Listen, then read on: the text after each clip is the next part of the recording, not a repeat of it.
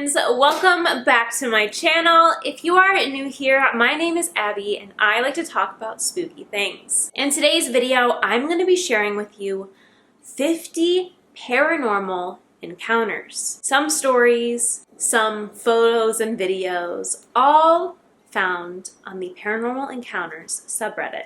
I'm sure you may notice that my background is very bland.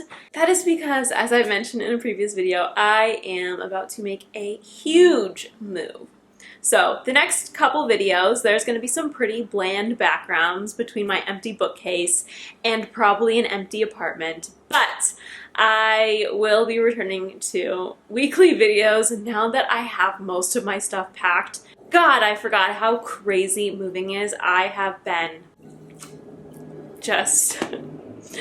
having a rough couple weeks trying to get all of the moving stuff under wraps. However, we are near the finishing line. I am going to be moving a few days from when this video is uploaded, and thank God we are finally almost done. But I am very excited to bring my new background to life once I get into my new apartment, and I can't wait for you guys to see it. Don't want to blabber too much here, so real quick, if you like this video, please be sure to give it a big thumbs up, click the subscribe button down below, and turn on post notifications so you would never miss a video. I post every Sunday and sometimes Wednesdays at 2 p.m. Pacific Standard Time. Please check out my Instagram and TikTok where I post special effects makeup, and add me on Snapchat where I do vlogging.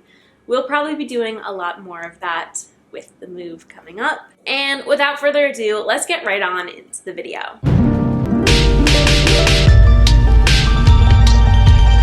Our first post is from the user S_L33T. It says, night shift as a rehab nurse. It was on this day 8 years ago that I was working as a rehab nurse. One of the patients died, and we prepared her body for the family to come visit and the mortuary to take her away.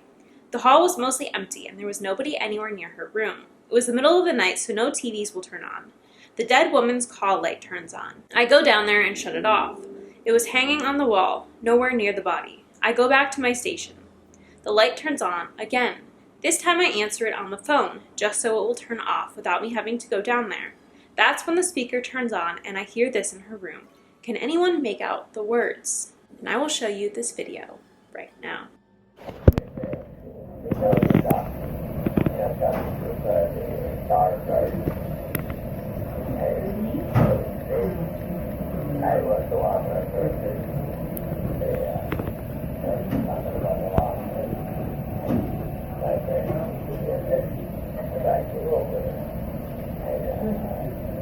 The first thing that stands out to me is the fact that she says it's a woman who has passed, but the voice to me sounds very much like it's a male. So I'm wondering if maybe there was like some spiritual ghosty conversation kind of going on there, like her spirit was kind of hanging around until her body was removed and her family came, and there was another past family member who was chatting with her and we only heard his side of the conversation. I don't know, like for sure to me, I think that there's something paranormal going on here. The only real thing that I could think of to explain this would be if the room happened to be far enough away where if there was a man talking outside the room, like a nurse or something, that we could hear him talking through like the call button on the phone but not hear it outside. You know what I'm saying? Since she's recording this video, obviously if there was like a man sitting next to her talking and we could hear it through the phone, we'd also be able to hear it through her video as well because he'd be right there. The room would have to be far enough away that we can't hear this man talking if it's an actual person. And I'm just thinking, I feel like the rooms wouldn't be that far away from a nurse's station where a man could be talking at what sounds kind of like a normal tone and it not be picked up on the actual video and only through the call button. So I don't know, I genuinely kind of believe that this is something, and I don't know who it is. Again, I'd like to think that maybe it was a family member kind of keeping her company. Yeah, I think this is definitely something, and it is really interesting. I would probably be pretty alarmed and just like, I guess maybe freaked out, but also like intrigued if I picked up the phone and I'm hearing someone talking in a room where no one's alive and or talking. That would be a pretty freaky thing to experience, but also it is so fascinating at the same time. Our next post is from the user Beep is Boo. It says, I took a photo of my attic to check for hurricane damage. A few months later, I looked back and saw this in the photo. And he shares with us 3 photos, progressively zooming in more and more on what he claims he sees.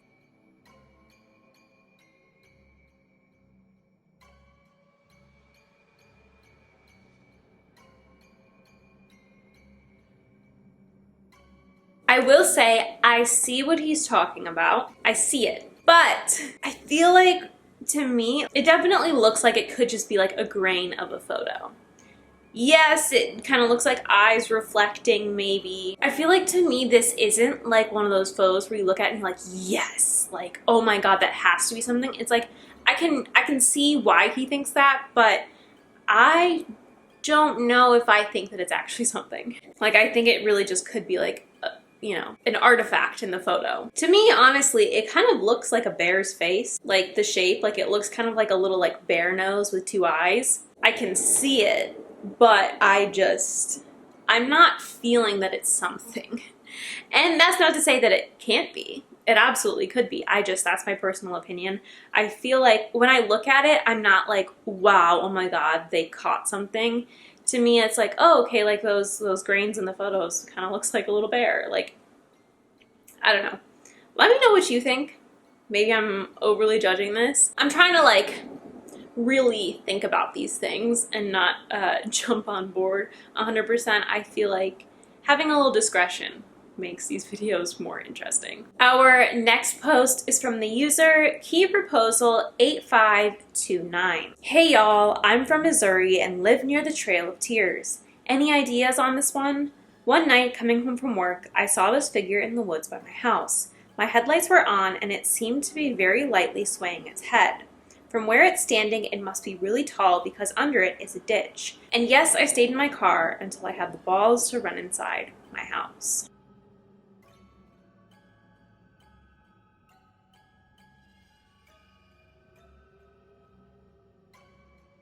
That's a pretty creepy looking figure to just see in the forest.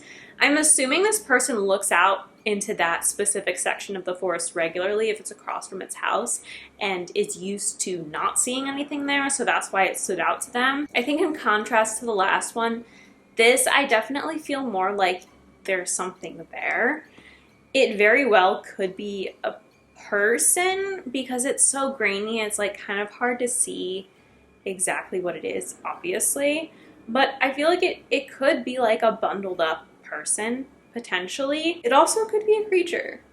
I guess we'll honestly never know, but here I'm like, I keep staring at the video as it zooms in more and more, and like you can see it kind of, yeah, like swaying its head a little bit, and it definitely looks like it's moving.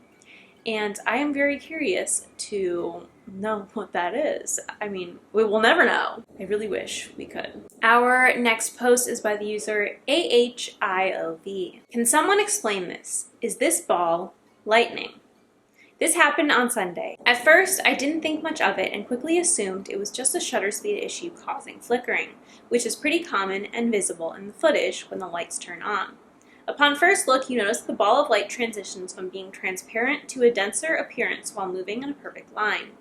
The biggest mystery, however, was when I noticed a shadow being cast below the ball as it moved. If this is just a visual glitch, how can it cast a shadow? The lights are triggered by the cameras when they detect movement. While I'd like to dismiss this as a camera glitch, the fact that I can't easily do so unsettles me. Can someone explain what this might be?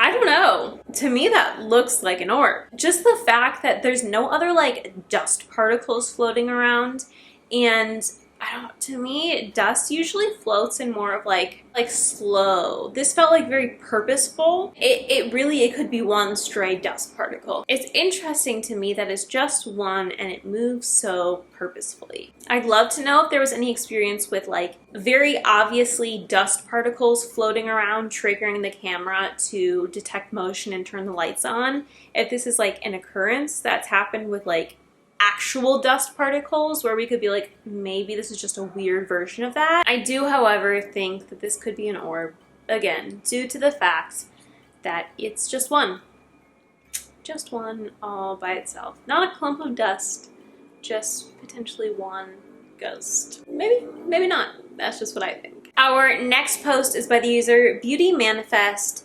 SUZE. My 3-year-old saying yeah repeatedly while looking in the corner. My 3-year-old son was awake, but just sitting in his bed for about approximately 20 minutes on his own, just looking at his pictures and toys in his room. Randomly, he looked over in the corner and just started saying yeah.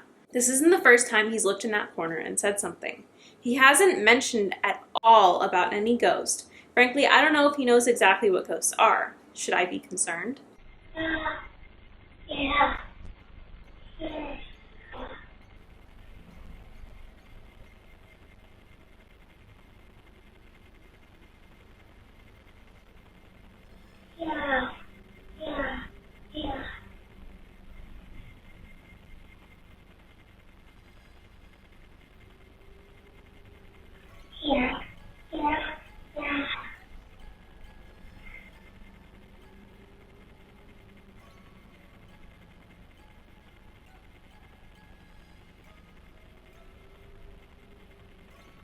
I've said it once and I will say it many more times. Children and the things that they see freak me out because they can see things that we can't. They're more in tune to things, they're more open to things, and I will absolutely believe a child when they say there's a monster under their bed. I'm not risking it. So I don't know, in this case, I'd be pretty concerned, especially if it's a regular occurrence staring at that same corner. I guess the good news is the child doesn't seem to be scared, doesn't seem to be something that the child picks up on as threatening. However, you never know, like it could be a kind of trickster thing, playing nice for the kid. But if there hasn't been any other occurrences that like you've experienced, the child doesn't seem to be afraid, it's probably nothing to be actually concerned about. It's just very unsettling. I think we should all be very wary of children and the things that they see and talk to. Our next post is from the user BusyGround4221. An unexpected guest, 1950s.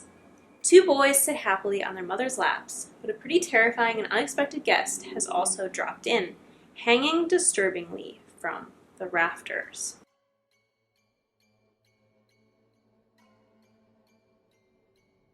This is horrifying. Very horrifying. I can promise you those 4 people would not be sitting there like calmly smiling if there was actually someone there. So the fact that this most likely, most definitely, presumably showed up after the photo was taken or like in the photo but is not visible in real life is horrifying. Oh my god. The only other explanation is like someone was falling and they didn't have time to react. So like they were still posing for the picture as someone was falling and got caught in the picture. But like, how does someone fall from the ceiling, you know? Unless they fell through the ceiling, but you think that would be more of a feet first thing. So really no explanation for this unless it was like some ghost, like residual energy of someone who had previously been hanging from that spot. Not a pleasant thing to think about, but I really don't know what else to say about it. Except I'm gonna have nightmares from this one. Our next post is from the user Tunsian Boxcar. Ring doorbell, camera footage. This happened while I was out of town tonight. Very odd person walking in my backyard. Happened tonight at 7:51 p.m. on the backdoor camera. I do live next to crackheads, so it could be one of them. Very creepy.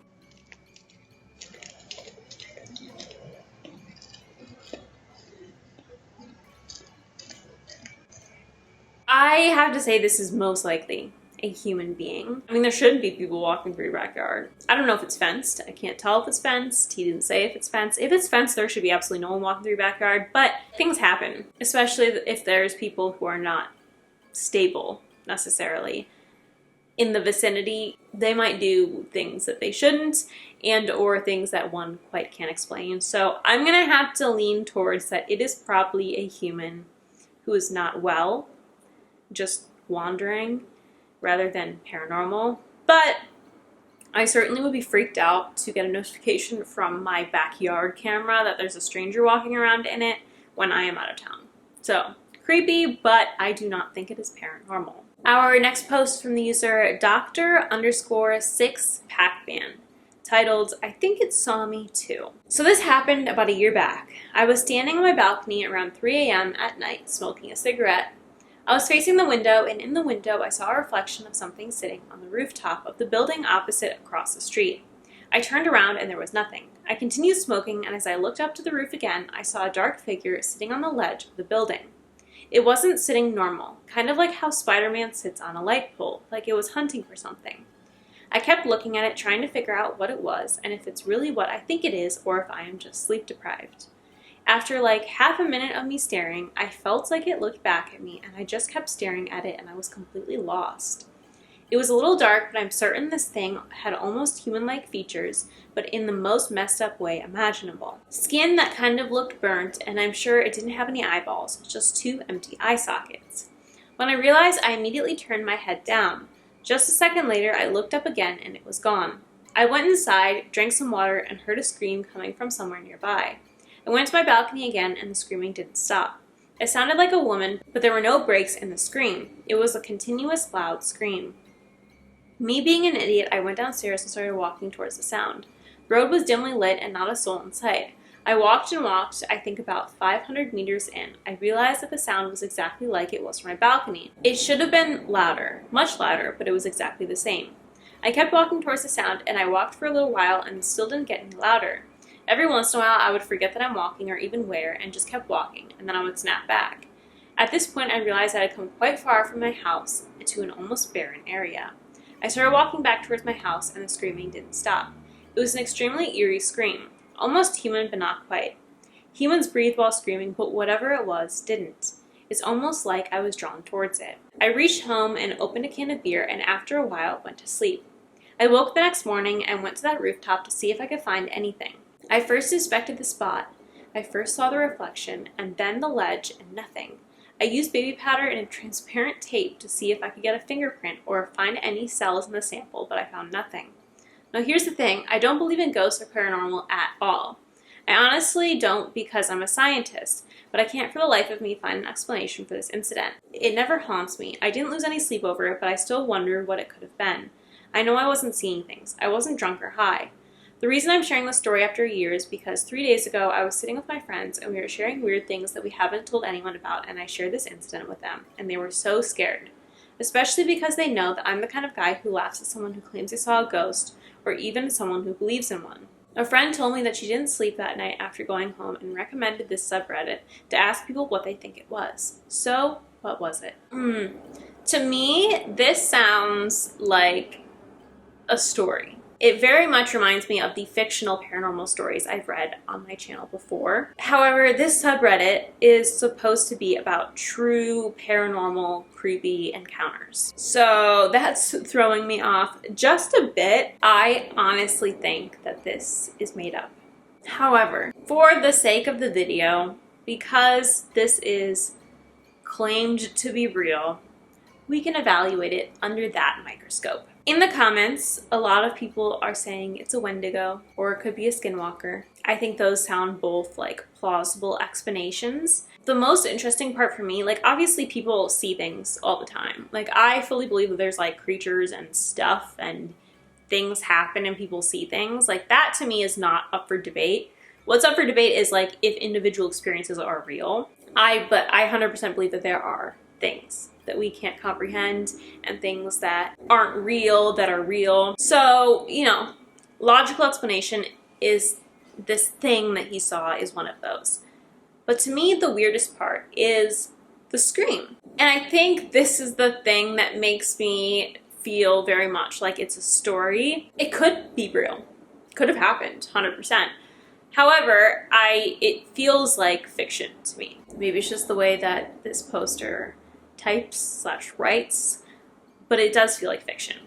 The fact that he's like talking about the scream never got any louder, even though he was following the direction. Obviously, science tells us that the closer you get, the louder it'll get. So that's bizarre. But the fact that he like kept losing track of time and kept wandering, again, feels very fictional, but it is interesting to me that he supposedly wandered for a very long time. The scream never got louder. There were no breaths taken. Obviously, if it was human, it would have to take a breath at some point. So that is very weird to me. And people are suggesting that it could be a banshee that was screaming. I, again, think this story is made up. So I don't think any of these things actually occurred, that it was any of these creatures, but this would be a crazy story and crazy evidence of all these things. And I think is a point to mention that don't follow things. Like, you hear a scream that's not stopping after you see a creepy creature, don't follow it. Like, that's the worst thing you could do. Yeah, trying to lure you in. He said that it felt like it was trying to lure him in. Yeah, like, probably. So if you are in this situation, don't follow the noise. Like, leave. Don't be stupid. Don't put yourself in danger. Yeah, this story is pretty crazy, but again, I think it's fiction, which is why it is so crazy. As much as I believe in the supernatural, the paranormal, all of these things that might come across as crazy, I think that when we experience them, while for sure there's like intense experiences, I think it tends to happen in more subtle ways or glimpses, and this just very much feels like an overdone kind of story made for a movie or something. My personal opinion, let me know if you have a different one. But yes, let's move on to the next post. The next post is from the user Heart Lethal. Shadow manifests and closes door. This is a video I thought I deleted a long time ago. I found it in the messages between me and my boss who took the video. This is an old warehouse from the 60s, more or less. We were running the business out of that spot for a while, but always had unexplained things like this happen. So the door being very old and heavy wasn't even set properly anymore. It took force and effort to close it, so the shadow, after manifesting behind said door, managed to close it shut. A shadow should not even be able to appear in that corner of the room. There was nothing to cast it. We even left the front door open to let the wind blow and see if we could recreate the video, but nothing could explain it. So here is the video.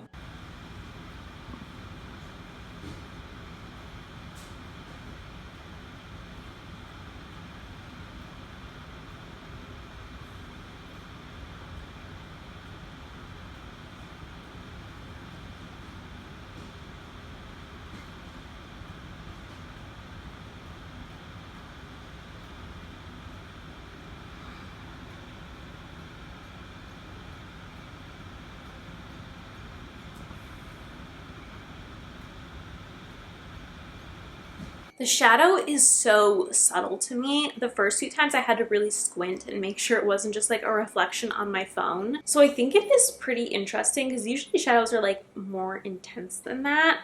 And again, the fact that it's moving and appears and no one is in the room, there's not really an explanation for that. But the obvious thing of the video is the door. Since none of us are there to actually test opening and closing the door ourselves, we have to take the poster's word for it that it is difficult to close and requires some effort. And also the fact that they tested it out with leaving the front door open and wind and whatnot, because obviously that is a huge factor. I mean, if I have a certain window open in my apartment, my bedroom door will swing open and shut. The first time that happened, it really freaked me out until I realized what was happening. But obviously we all know it's possible. So the fact that they tested it out and didn't have any luck, it does lead me to think that this could be, for sure, some kind of paranormal activity between the shadow and the door moving. The timing doesn't seem coincidental, and the fact that, again, it's a hard door to close. It wouldn't just close on its own. Definitely think that this is something interesting here. Our next post is by the user 2 to the 12 to the 1 to the 3. Paranormal caught on camera. Hey, here's a video I caught in 2019 of a paranormal encounter I had. I'd seen a goat man, and this very creature had followed me around for a few months. I caught it on video on total accident.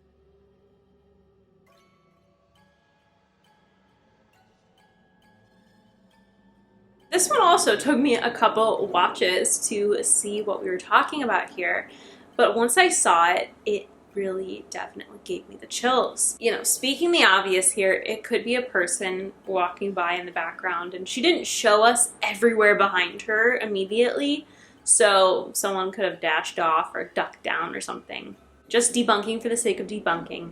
However, if not, that is so frightening.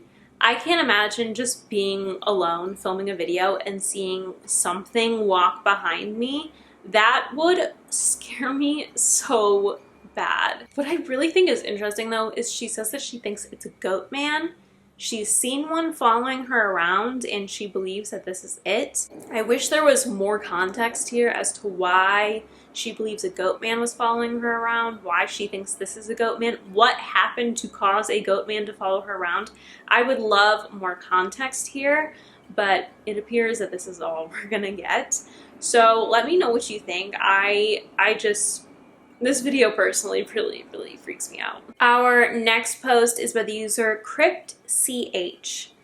It says, my sister woke up to this on her phone. Thoughts?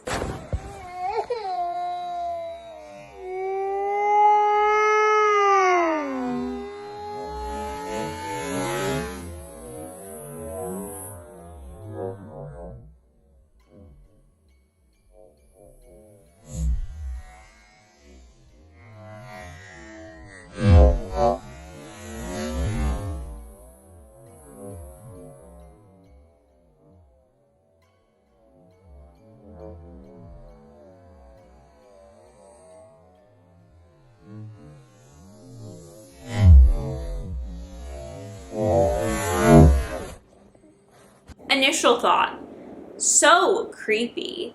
In the concept of just waking up and finding that on your phone, I for sure would move out. No questions asked. I don't even know if I think it was paranormal. Right off the bat, I would assume that someone broke in or is living like in my closet or something. Imagine that feeling like so violated that someone is taking a video of you in your sleep. I don't think I would ever be able to sleep by myself or like live alone again. However, that being said, I have no reason not to think that this is kind of just a setup video to make a video to go viral or something like that. There is no proof one way or the other, but I'm kind of thinking that's what's going on here. I definitely kind of think that this is, made for a viral video, even if maybe the sleeping person wasn't in on it, that someone else made this video. We obviously see a very creepy looking shadow of like a person type figure filming, but it could just be a person whose shadow looks kind of creepy because of the context of this video. I personally don't think this is some big demon haunting thing, but it would be very freaky if this was legit and you did wake up and find this on your phone. So my opinion is it is set up, but it is interesting. Our next post is from the user VegasMeech. Photo frame is knocked over. This happened in the middle of the day when only my wife was home. The photo was of my son and I. No fans in the home, no open windows. We don't open windows in Vegas. No vents close to these at all. Also, the photos next to it is a light cardboard roller coaster memory photo, which is very light and could be moved by blowing on it. We found no cause that makes sense.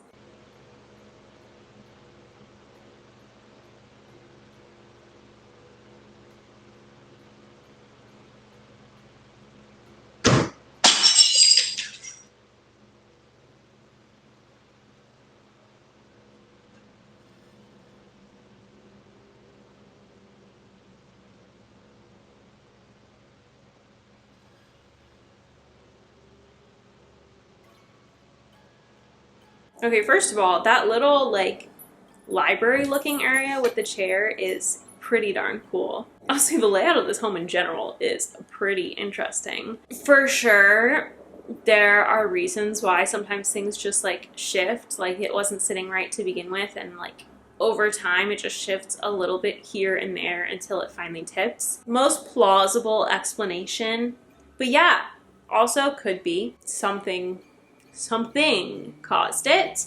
I think it could go either way. Love that the dogs like jump up and come investigating, though I really do hope that the one who went over to the glass did not step on anything, didn't hurt its toes. Yeah, I think it is interesting that it is just one frame that falls. It's not like multiple or anything, kind of just falls on its own as if it was pushed a little bit. But obviously no one can say specifically whether it was just over time shifting a little bit here and there and finally fell, or if something else was the cause of that. So we'll never know, but it is a cool catch. Our next post is from the user Camia Pia, titled, I felt something strange when my brother died yesterday that I can't explain. My brother was 36 years old and had Down syndrome. We were very close.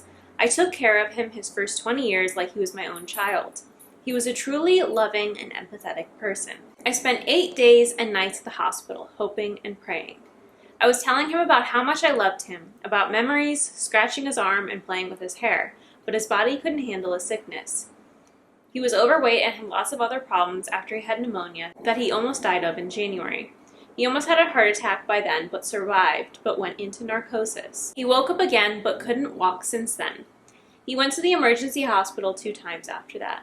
I was asking for a sign the whole week, and our family, mother, father, and us 5 siblings were there day and night.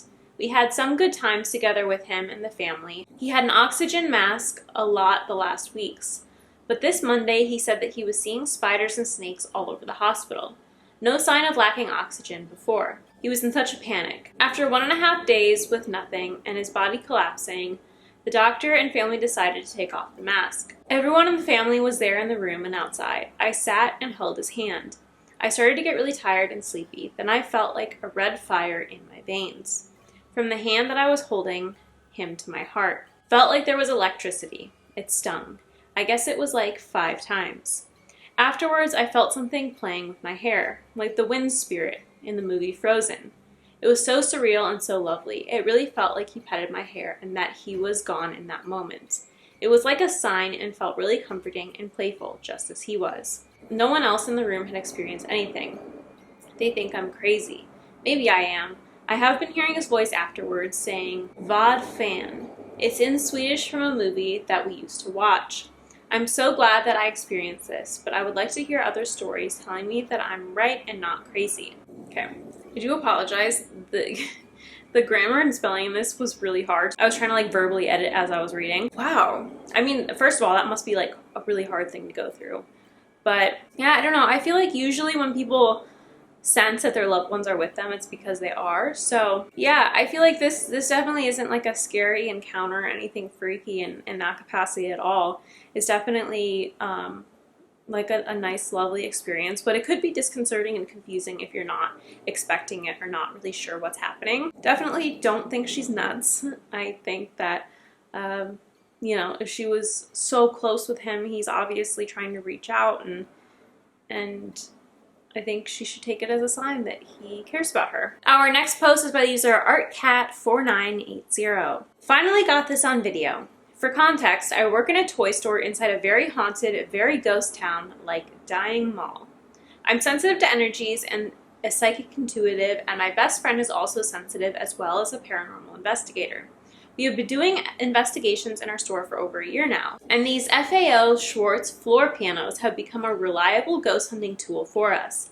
I believe that this particular spirit is named Ruth and that she started playing notes on a different floor piano in a different store location in the same mall. We started talking to her and she communicated with the notes, and then my friend started using it during other investigations with decent results most nights. My boss recently put this newer piano out, and it was about a week before I started hearing random notes when nobody was in the store again. Just here and there, not every day. But this day, as soon as I started talking about how Ruth used to communicate with me, she started this. At first it seemed like random notes, but then I realized it was a song. I quickly ran to start recording, and this was just in the middle of the day, and not during an active investigation. This is the best video we've gotten so far, and I had to share it. Note, there are 2 modes to play the piano. Regular scale or pre-programmed songs. It was in the regular mode, and this is not one of the pre-programmed songs. I believe that Ruth played the organ and was very religious. Does anyone know if these notes are part of a certain song, or what these notes are? I don't know anything about music.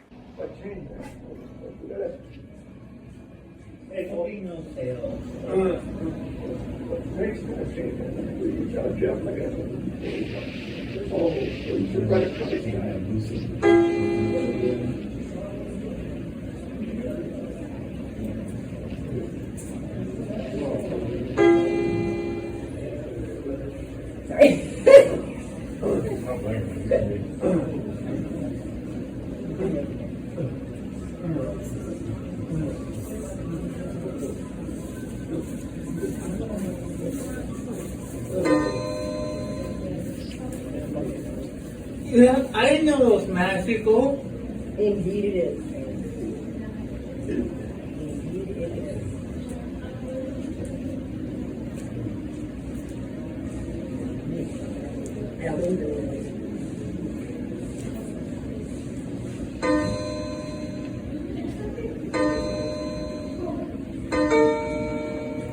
Ruth?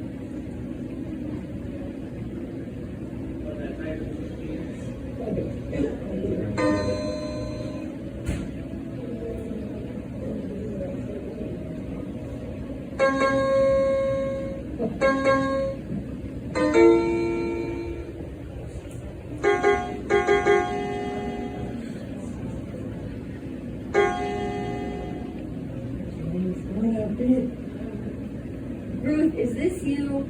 If it is, keep playing. Thank you.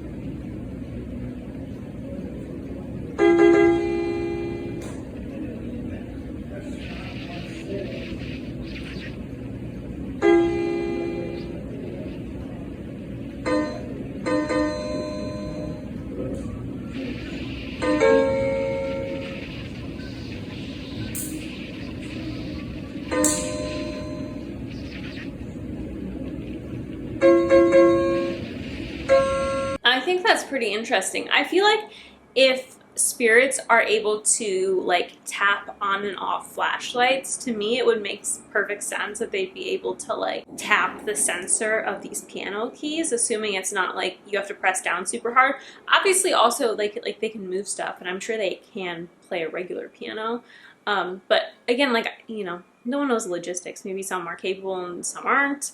So I feel like, yeah, just at a very basic level, it doesn't seem like there's much energy or like pressure that needs to go into this. So I feel like it would make perfect sense that this could be a useful tool. It's very interesting. It like is a decently long video, and they're able to get like consistent results from this. So I don't know. I have no reason to say that this couldn't be real. Obviously, it could be like the piano glitching, but if they've used different models and different like products and stuff like that, and this continues to go on, at that point it's like, how many things are really glitching? Like, it had to be a huge coincidence. So I definitely think that, you know, this is something, and it's really interesting. Our next post is by the user A5 Productions, and it says, 10 years ago I caught this on camera in the woods by my old house. 10 years ago, me and my friends were in the woods with my new GoPro, and we noticed this odd figure in the woods. To this day, we still don't know what it is or why it was there. I think it could have been a shadow figure. What do you guys think?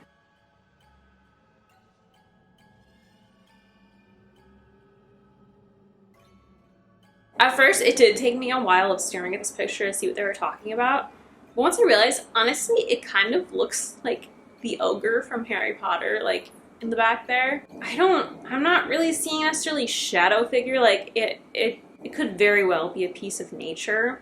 I won't like just jump on this and be like, oh my god, it's paranormal. But it does look like it's some kind of a creature. Again, could be something making it look like a creature, and it's just, you know, a piece of tree or something. But I do now see what they're talking about after scanning the whole picture. And yeah, I don't know. Looks like an ogre to me. We'll never know. I'd be curious to see the actual footage to see if it was like moving, walking or something. I would assume it's not, since you'd think that they would have shared the video itself, since that would be even more proof to it. But our next post is by the user TheButcher21. Fun potential encounter. My brother had given me a bunch of my niece's toys when we moved into our house in 2020. I have never heard them go off on their own before. Tonight, as my partner and I sat down to eat and watch Hell's Kitchen, we heard a weird sound. Since I had cooked, I had my iPad in the kitchen watching YouTube while I cooked. Sometimes the case I have for it doesn't lock the screen, so things will keep playing if that happens. I forgot initially to put hot sauce in my food before I sat down, but waved it off since I didn't want to get back up. Once the noise happened, my partner mentioned that I could go add hot sauce now since I was getting up to investigate. I got up, went to the kitchen to see my iPad closed and not on. I set my plate down and followed the noise more closely. It was happening in our guest bedroom, which we barely go into and where the toys are. I heard the noise and opened the door to see what's happening, and see one of those toys on and playing the noise it makes. Right after I turned on the light, it stopped playing immediately. I didn't have my phone on me, so I was hoping it would happen again for me to record.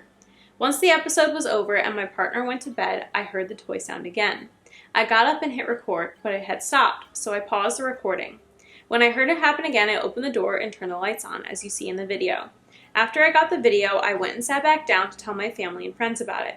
For the next hour or so, the toy would randomly make noise, sometimes for a small period of time, maybe seconds, and sometimes for up to about 30 seconds.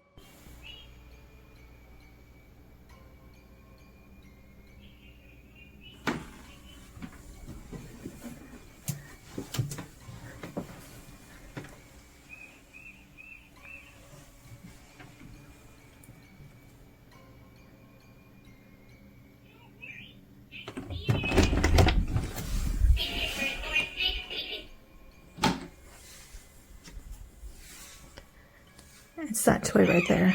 See? There's no reason it should be going off.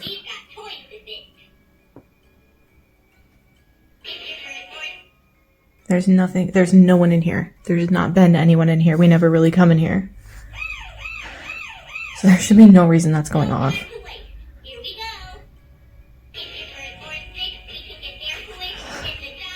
It's wild.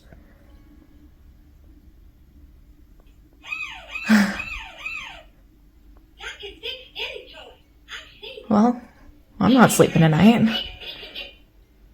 That's so creepy. Like, kids' toys going off is just one of those things that it's unsettling. I think the obvious debunking here would be that it's a glitch, or maybe the batteries are kind of like draining, causing the toy to act weird because it's on their last legs. You know, things can happen like that. However, it could be something interacting with this toy and kind of just goofing around with it. I do find it very interesting though. I don't know if this has happened since then. They haven't said one way or the other, but I do find it very interesting in situations where it's like there's a bunch of activity one night and one specific thing and then you never hear from it again. It really confuses me because it's like, what's the point? Like, why did that just happen and then you never hear from the spirit again? So again, I don't know if this has happened since then, but it's so weird that it just like kind of happened out of the blue and may or may not have continued after this specific day. But yeah, it's just so weird when things like that happen, because you'd think it would be something that would happen all the time. Like, why does it just randomly start? I don't know. So it could for sure be something kind of going on with the toy itself, but it also could be something kind of engaging with the toy and causing it to do that. Our next post is by the user NaughtyGirl04. It says, full body apparition at the cemetery. Went to my local cemetery here in fabulous Hemet, California. Just doing some light ghost hunting a couple years ago and was taking random pics. When I got home and was looking through them, I noticed this full body figure that I can see straight through. I didn't see anything while I was there, and this is a close-up of a very broad picture. Not sure if I have the original full pic. Anyways, is it just me or does anyone see what I'm seeing? Let me know your thoughts. Thanks.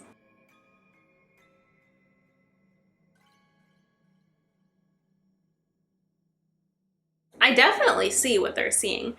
For some reason, it kind of looks like Abraham Lincoln to me. Am I the only one that sees Abraham Lincoln here? I do kind of see how it looks like it's kind of going down the wall, like it continues as a full body. However, this maybe could be explained by if there's some kind of texture on the building and like the graininess of the photo being zoomed in kind of interacts with that and causes a facial kind of apparition-y looking thing. That could be an explanation. However, I don't know. Since the rest of the building on the other side is completely smooth, I think that that's really unlikely. I personally am gonna have to go with maybe like I think this is an apparition. And we see here in the photo that it is a screenshot of an HDR unedited photo. So we know that it is authentic. It's not tampered with in any capacity. It does look like Abraham Lincoln to me, or like an old-timey judge kind of a guy. I don't know. I do think that this is something. Our next post is from the user Tyler Reese Music. Can you debunk this? A friend of a friend caught this on their Ring camera. You can see when it starts by the blue motion detector bar at the bottom. If I know anything about this sub, it's that you guys can debunk anything. So what are we thinking here?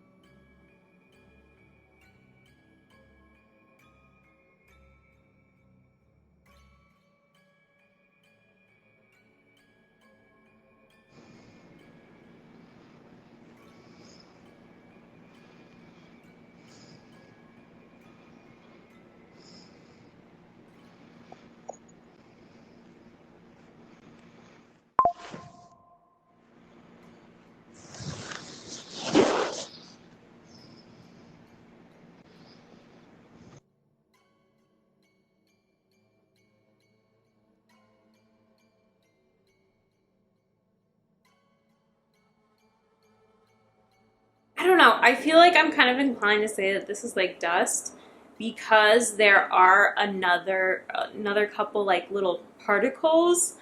I feel like this one looks different than the others, but it could just be because it's closer or a thicker piece of dust or something. I guess the pattern of travel is interesting, but again, there's another couple things that pop up here, and I definitely think the other two are dust particles, and because of that, I'd probably say the first one is too. I think it's definitely interesting that it registered as motion and was like obvious enough to the Ring camera to create an entire notification for it, but again, I do not think it is anything scary or paranormal. Our next post is from the user V11NNY. Voices heard on my Alexa. I woke up at nearly 2 a.m. last night to my Alexa playing strange music. Surprised by this, I went to listen to the voice history on my device. There were two voices nearly 20 minutes apart from each other. The first at 12:17 a.m. and the second at 12:38 a.m. I was completely alone from my dog. My wife was working the night shift at the hospital. I didn't have my TV on or any radio/music playing. I'm adamant about locking all my doors at night, and they were locked this morning. I live in a house, not an apartment building, so it didn't pick up any voices from outside.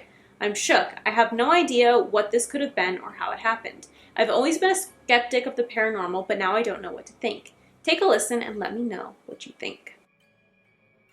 ¿Cómo me echo? A backside? Here, above. I think it's really interesting. I think this post was made from a man. I mean, he says, my wife.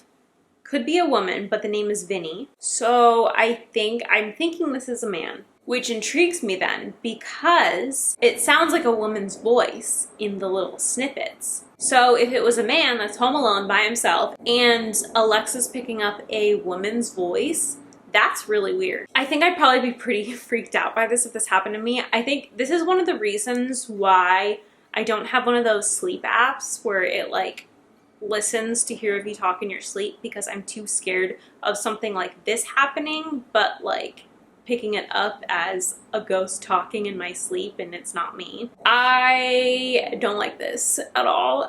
It makes me very concerned for them. And I personally do think that this is something a little scary. The next post is from the user Sky Yuso.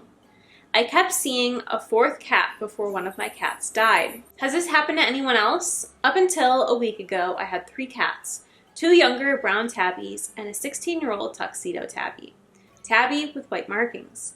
Last week, my 16-year-old cat became ill very unexpectedly and passed away at the vet. The weird thing is, I kept seeing another brown tabby out of the corner of my eye for about a month before he passed. I didn't think anything of it then. Everyone was healthy and happy, but now it seems a bit weird. My 2 brown tabbies were always either eating, sleeping, or playing, as was my tuxedo tabby when this happened. I know that all cat owners joke that their cats can teleport, but it really seemed like it was another cat, a third small brown tabby. My tuxedo tabby used to have a brown tabby brother before I got the other 2 tabbies. He passed away 6 years ago. He was the older brother and they were best friends. His illness was also very unexpected, but in a different way. His was neurological as he passed away when he was only 13. Now I wonder if this was him waiting for his best friend to cross over. I think, for sure, this cat was visiting his pal that he knew was ill and was going to join him soon.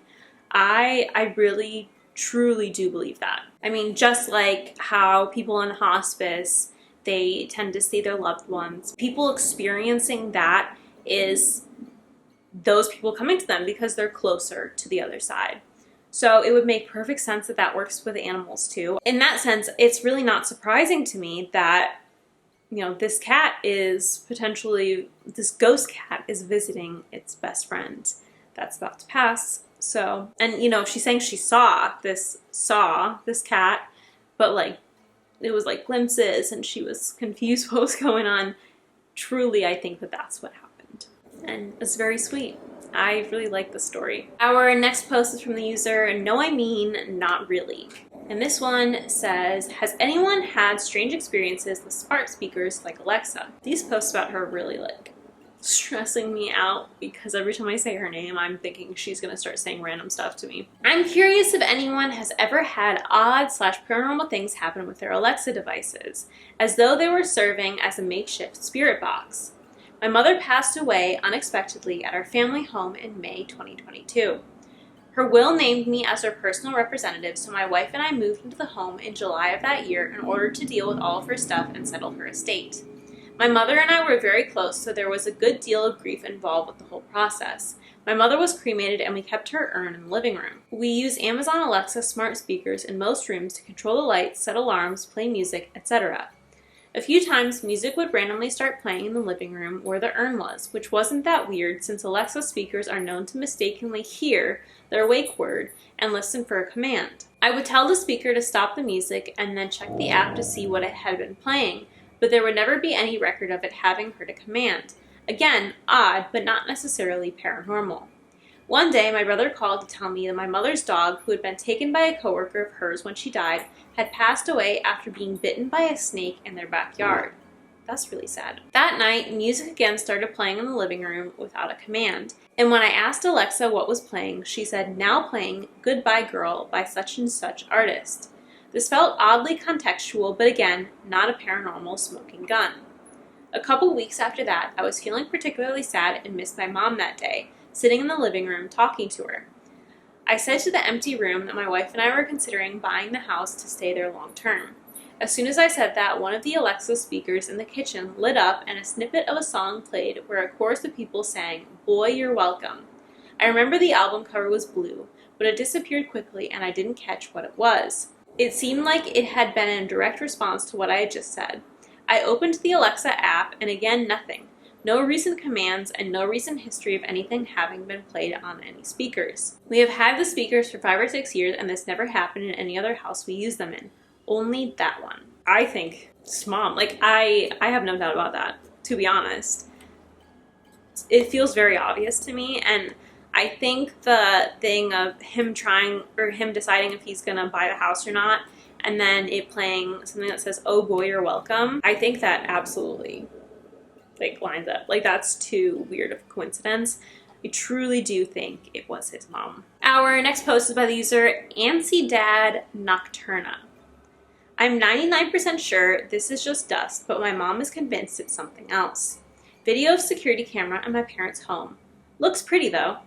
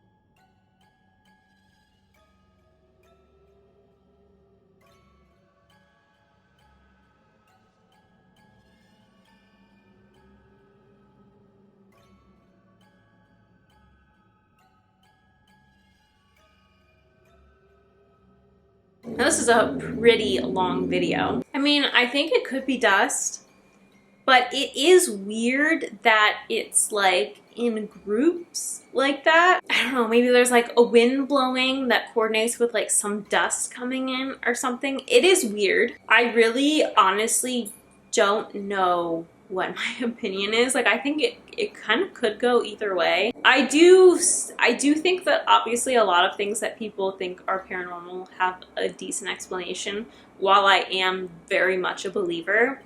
So it's very hard to say because I never want to doubt people, and also you really, like, you don't know. We literally have no idea. So it's so hard with videos like this where I'm like torn. I think I probably will say it's like dust or something like that, but let me know what you guys think, because it is weird, the pattern of the particles. Our next post is from the user Chakra Yogi. Dad shouted "girls" from downstairs while we were upstairs. Many years ago, my sister and I, aged 9 or 10, were playing video games as our parents went grocery shopping. This was typical on a weekend. We'd just gotten a new game and were into it. It was a nice sunny day and mid-afternoon. As usual, I hear "girls" from downstairs, and the 1,000th time that we'd heard, each time we're upstairs and Dad would call us after grocery shopping to come help with the groceries.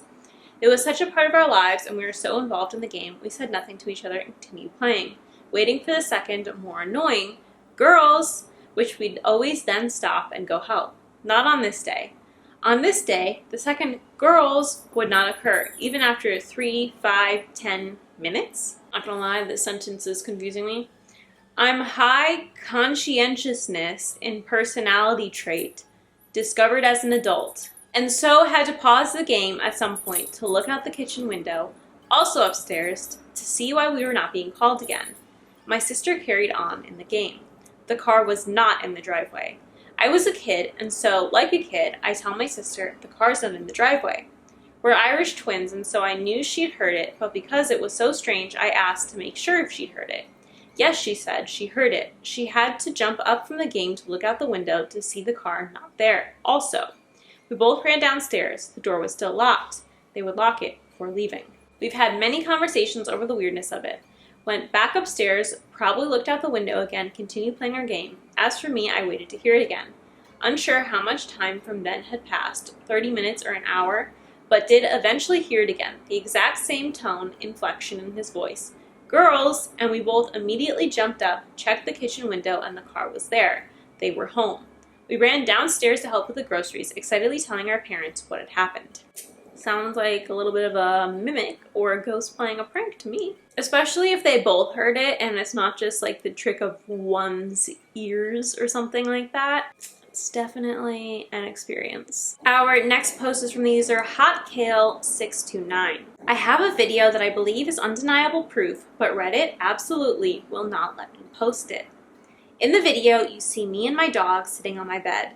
I recorded it myself for more perspective. I had a front-facing camera on. Anyways, I'm simply appreciating his appearance when I realized he looked tense. No growling or anything, just staring very intensely like he wanted to bark but simply couldn't make out what he was looking at. I go, "What is it?" in a playful manner, completely oblivious to what was actually happening. That's the end of the video. Now, when I played it back and looked into the reflection of my dog's eye, you can very clearly see a tall, dark figure standing at the edge of my hallway. To top it off, you can see the figure run away, fast. To me, it is absolutely undeniably the best evidence of the supernatural world at which we live in. There were other spooky occasions with that particular house, but eventually he left when I straight up told him that the place wasn't his home and he was no longer welcomed. I also told him that I understand that he didn't mean any harm because that's not the vibe I got, but just having him around in such a small trailer, not ideal. Unfortunately, that video is the only video that will not pop up under my photo album when I try to make a post. I tried screen recording it, resaving it. I don't know what else to try. Edit. The video is on my profile if you're interested. I appreciated the ones who helped me figure this out. So let's take a look.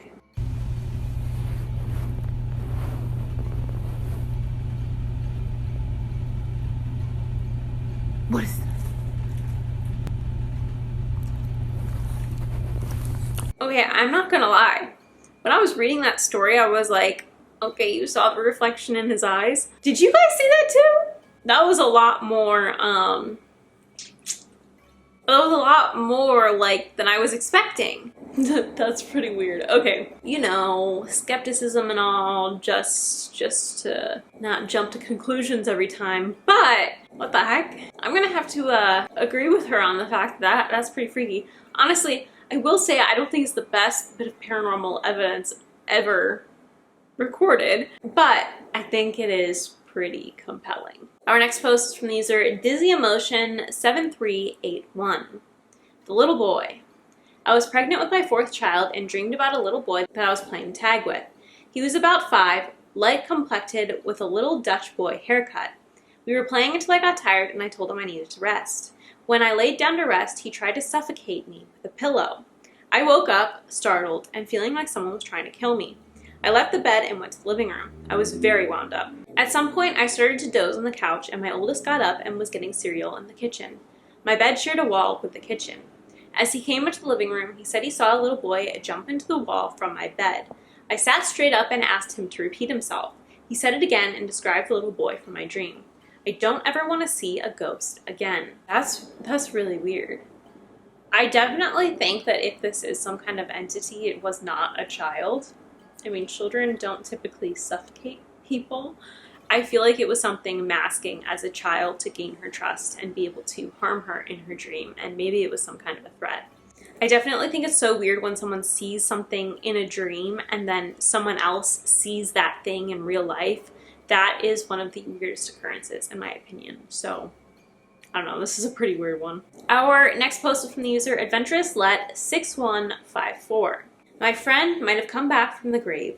2 vids clipped together as one. His older brother was with a girl who still had a boyfriend. The bullet was meant for his brother and not for him. Fast forward 10 years later, I've noticed strange things going on at his house. His mom is an early bird and goes to sleep way early. She is the only one that lives there. I noticed it when I kept seeing something dark moving. I usually park my motorcycle in my driveway, so I'm always checking on my motorcycle. This is in Victorville, California. I have the video streamed to an extra TV that runs all night. This is just some of what I captured.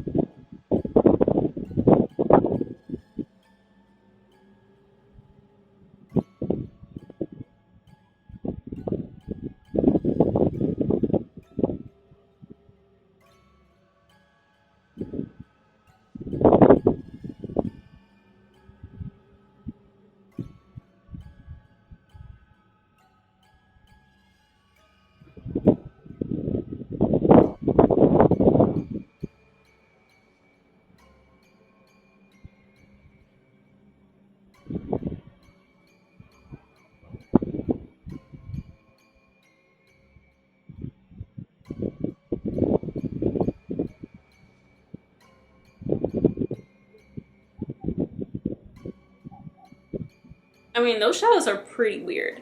I will say, obviously he doesn't know if someone's like spending the night or something, like her son or a family member or a friend, or you don't know who's like at the house. It's not like someone has to report to you that they're having a friend over or something. So even if the homeowner, the mom, is a night owl or an early bird, I mean, maybe she could be up one night doing something. You don't know exactly. It is odd, for sure. And it could be something. Like, it could be. But there's, like, so many different... There's so many, like, different options here, you know? It could really be anything. So I think that it's really interesting footage for sure, and such an unfortunate situation that caused this all to become even a topic of conversation in general. So our next post is from the user Aluarin1702. Visit today in my factory. Found this footprint on the windows. Anyone please tell me what this is? Most of my colleagues and employees are traumatized and say it's impossible for a human to stand on windows and make footprints above 7 feet.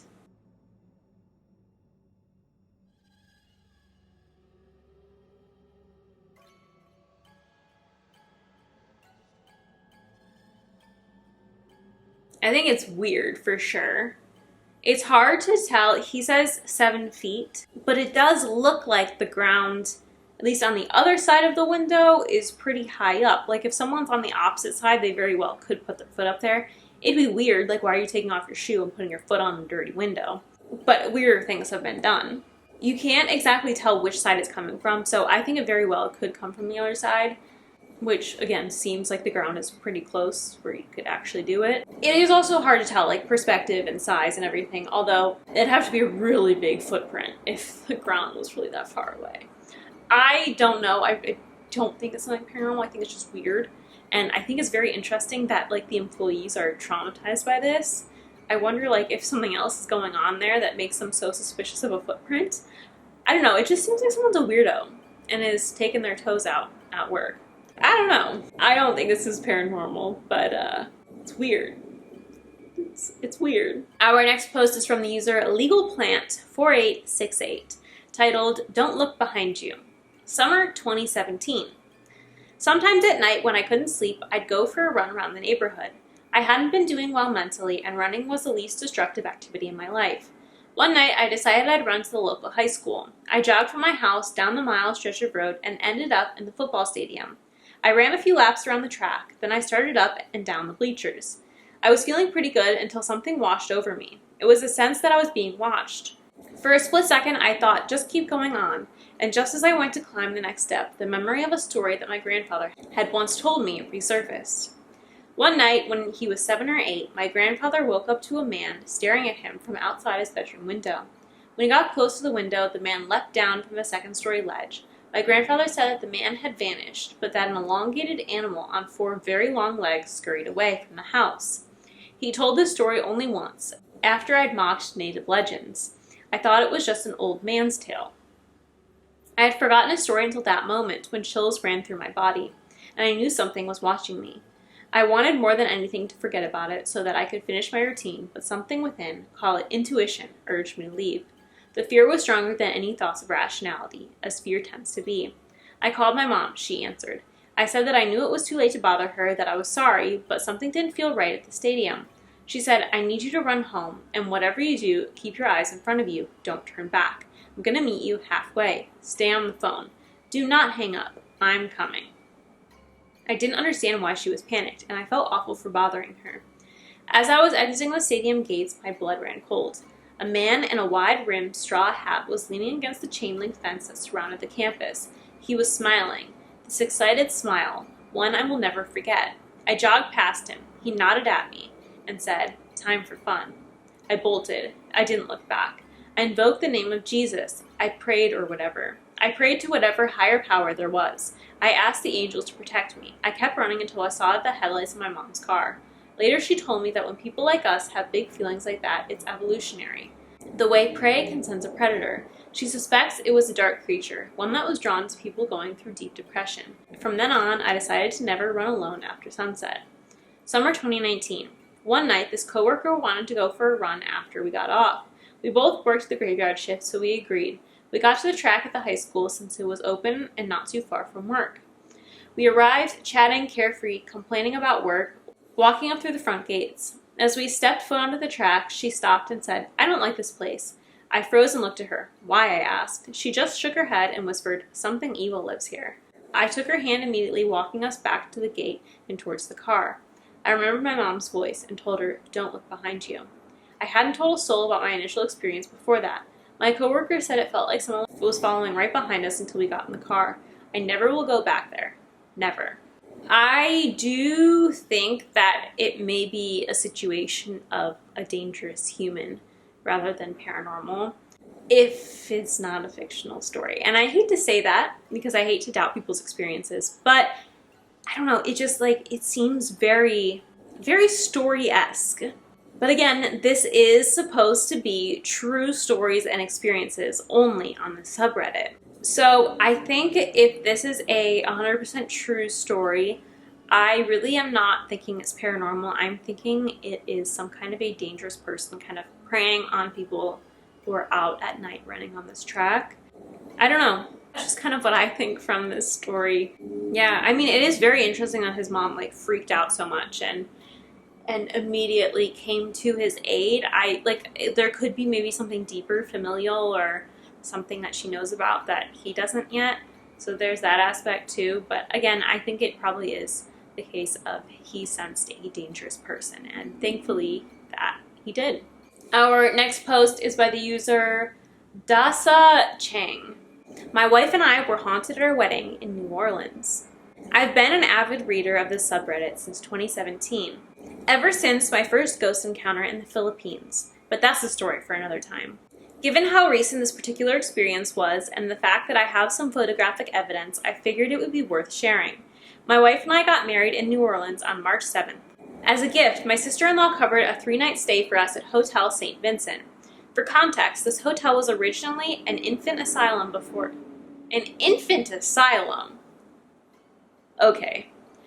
being converted into a boutique hotel in 2021.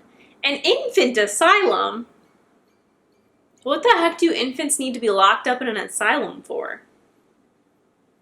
Okay, I'm going to need to look into that a little bit more after this, because what the heck? On the night of Thursday, March 6th, after our welcome party, my wife and I returned to our room and ordered room service. After eating, we had to separate for the night to follow the tradition of sleeping apart before the wedding. My wife stayed with her family, and there was no way in hell I was staying alone in that room given the hotel's history. I knew I'd psych myself out all night, so I crashed in my mom's hotel room since she had an extra bed. The next morning, I went back to our room to get ready for the wedding. I spent most of the morning alone, and the vibes felt fine. At some point, I was scrolling through my camera roll looking at pictures from the night before when I noticed that my wife had taken a photo of our room. Something in the reflection of the TV caught my eye. I zoomed in and immediately noped out. I decided I wasn't going to look at the image again until we checked out. Meanwhile, some friends were also staying at the hotel, and one couple in particular ended up changing rooms multiple times. The husband had never believed in ghosts before, but after their experience at Hotel St. Vincent, that changed. They reported seeing handprints, a chandelier moving despite no open windows or AC, and even had the hotel staff cover all the mirrors. Now, back to our wedding night. We returned to our room around 2 a.m., completely exhausted. I didn't experience anything, but my wife later told me that she was laying in bed, taking out her veil, and she heard voices. She didn't mention it to me until after we checked out. Despite that, we managed to sleep through the night, though we did leave a light on. Then came Saturday, our final night in New Orleans. After saying goodbye to our remaining wedding guests, we got back to our room around 9:30 p.m. As we were getting ready for bed, my wife suddenly said, "Did you hear that?" The second she said it, I responded, "Yes," and I immediately got chills. We both heard a distinct whooshing sound, as if something was moving through the room. My wife kept hearing it throughout the night, while I caught it a few times, but the unease was enough to keep me awake. Thankfully, we had to leave at 4:45 a.m. for a quick post-wedding getaway in Miami, and with daylight savings that night, the hours flew by. My wife managed to doze off for a bit, but she later told me that while she was dreaming about the wedding and trying to focus on happy thoughts, disturbing visions kept interrupting her sleep, such as an old picture of a woman in her dreams and a child screaming. I, on the other hand, did not sleep at all. I kept my eyes closed, but the overwhelming feeling of being watched never faded. When my 4:20 a.m. alarm finally went off, I jumped out of bed, ready to get the hell out of there. As I was packing our bags and my wife was brushing her teeth, I heard a voice behind me. Thinking it was her, I asked, "Did you say something?" She hadn't. That was it. We were out. While waiting in line at the airport, I finally told my wife about the photo I had seen in the TV reflection. I had purposely avoided showing it to her until we left the hotel. When I zoomed in and handed her the phone, she turned pale and said, "I'm going to throw up." A couple days later, I decided to take another look. This time, I zoomed in on the other side of the image, and I swear I could make out the outline of a child with his eyes staring right below the mirror under the lamp. So that's the story. If anyone has experienced anything similar at Hotel St. Vincent, I'd love to hear about it. Much love to this community for reaffirming my beliefs since my first encounter back in the Philippines.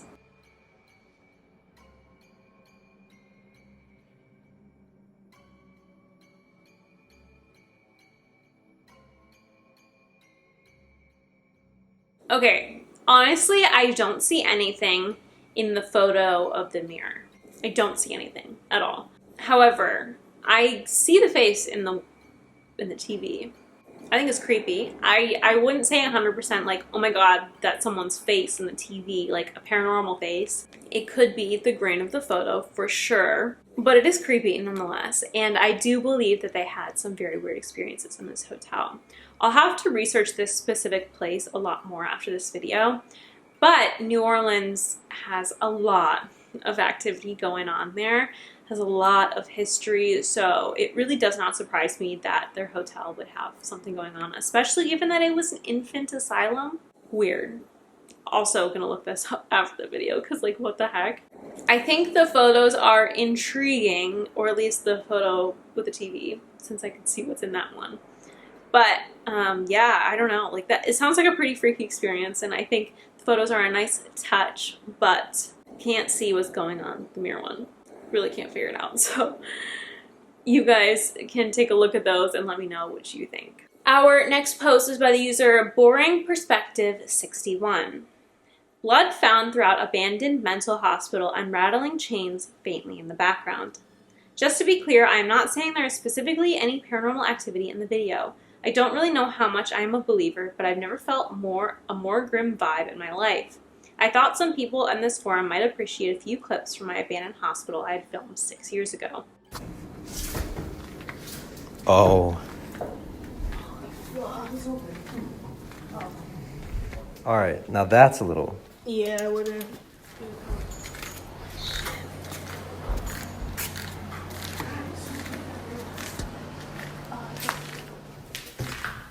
I'm not trying to get killed. Definitely think the blood is concerning. It obviously could be from when it was functioning. I guess I have seen some pretty crazy ways that things have been left. Like people just drop things and leave when something's abandoned. But it is weird to me that a biohazard wouldn't be cleaned up before leaving a building. I don't know. Either way, like it could be from when the asylum was in operation. But it also could be maybe something happened there.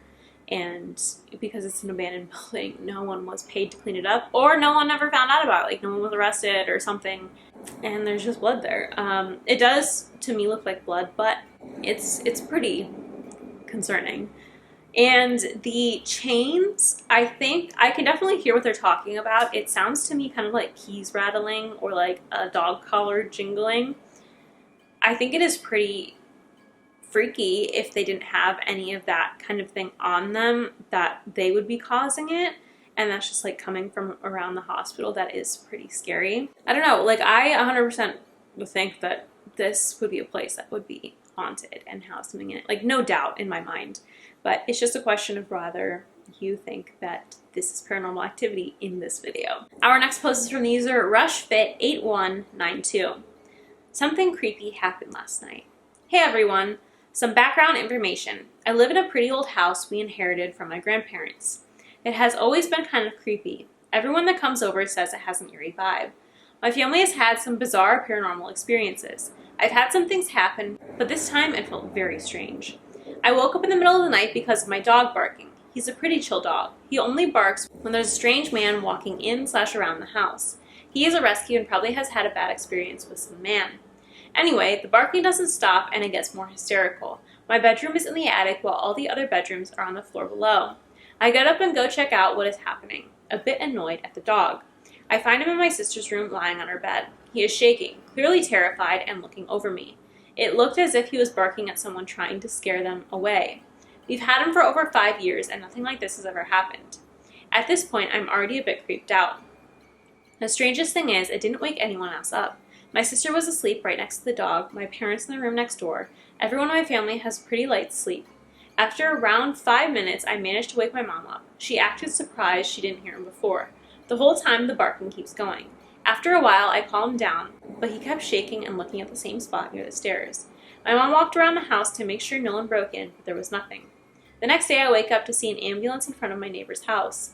Later on, we found out that our neighbor died in the middle of the night.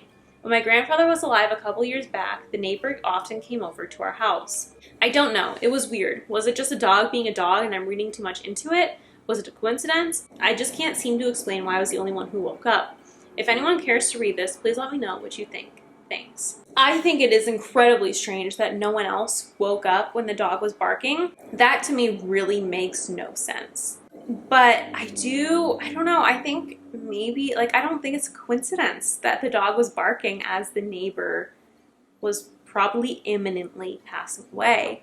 I do think that that is related. Like I said, and I've said in many videos before, dogs and animals can sense things such as that we can't. I mean, even just in a non-paranormal sense, I have recently seen so many videos of dogs reacting to someone being pregnant. Dogs have no concept of when you tell them that you're pregnant, obviously, but dogs have a sixth sense and they can tell, so if they can tell that someone's pregnant, there's no reason why I would think that they can't tell that there's a spirit or something. They can tell energies and living beings and non-living beings. They're just magic. Animals are magic. Love them. So I don't really think it's a coincidence. I do think that there was something going on here. But the thing that I really don't understand is that no one woke up. That's weird to me, but I don't know how to explain that. So I guess we're just going to have to leave it at that. Our next post is by the user Daddy T. Any thoughts on what this could be? Wise camera footage from my parents' cellar. My dad recently got a notification on his Wise camera that is located in the cellar saying a person who has been detected on the camera. He went down to check the room and found nothing. This is the first time this has ever happened in the 6 years they've lived here. He then went back upstairs and checked the footage, and this is what he found. I've been an avid fan and believer of the paranormal for as long as I can remember and have had many encounters personally. Just looking for opinions on what you all think this could be. We think it's probably something on the lens or over the lens, but with the pattern in which it moves and the way it splits into four has me wondering if it could be paranormal. Looking for any input. Thanks all.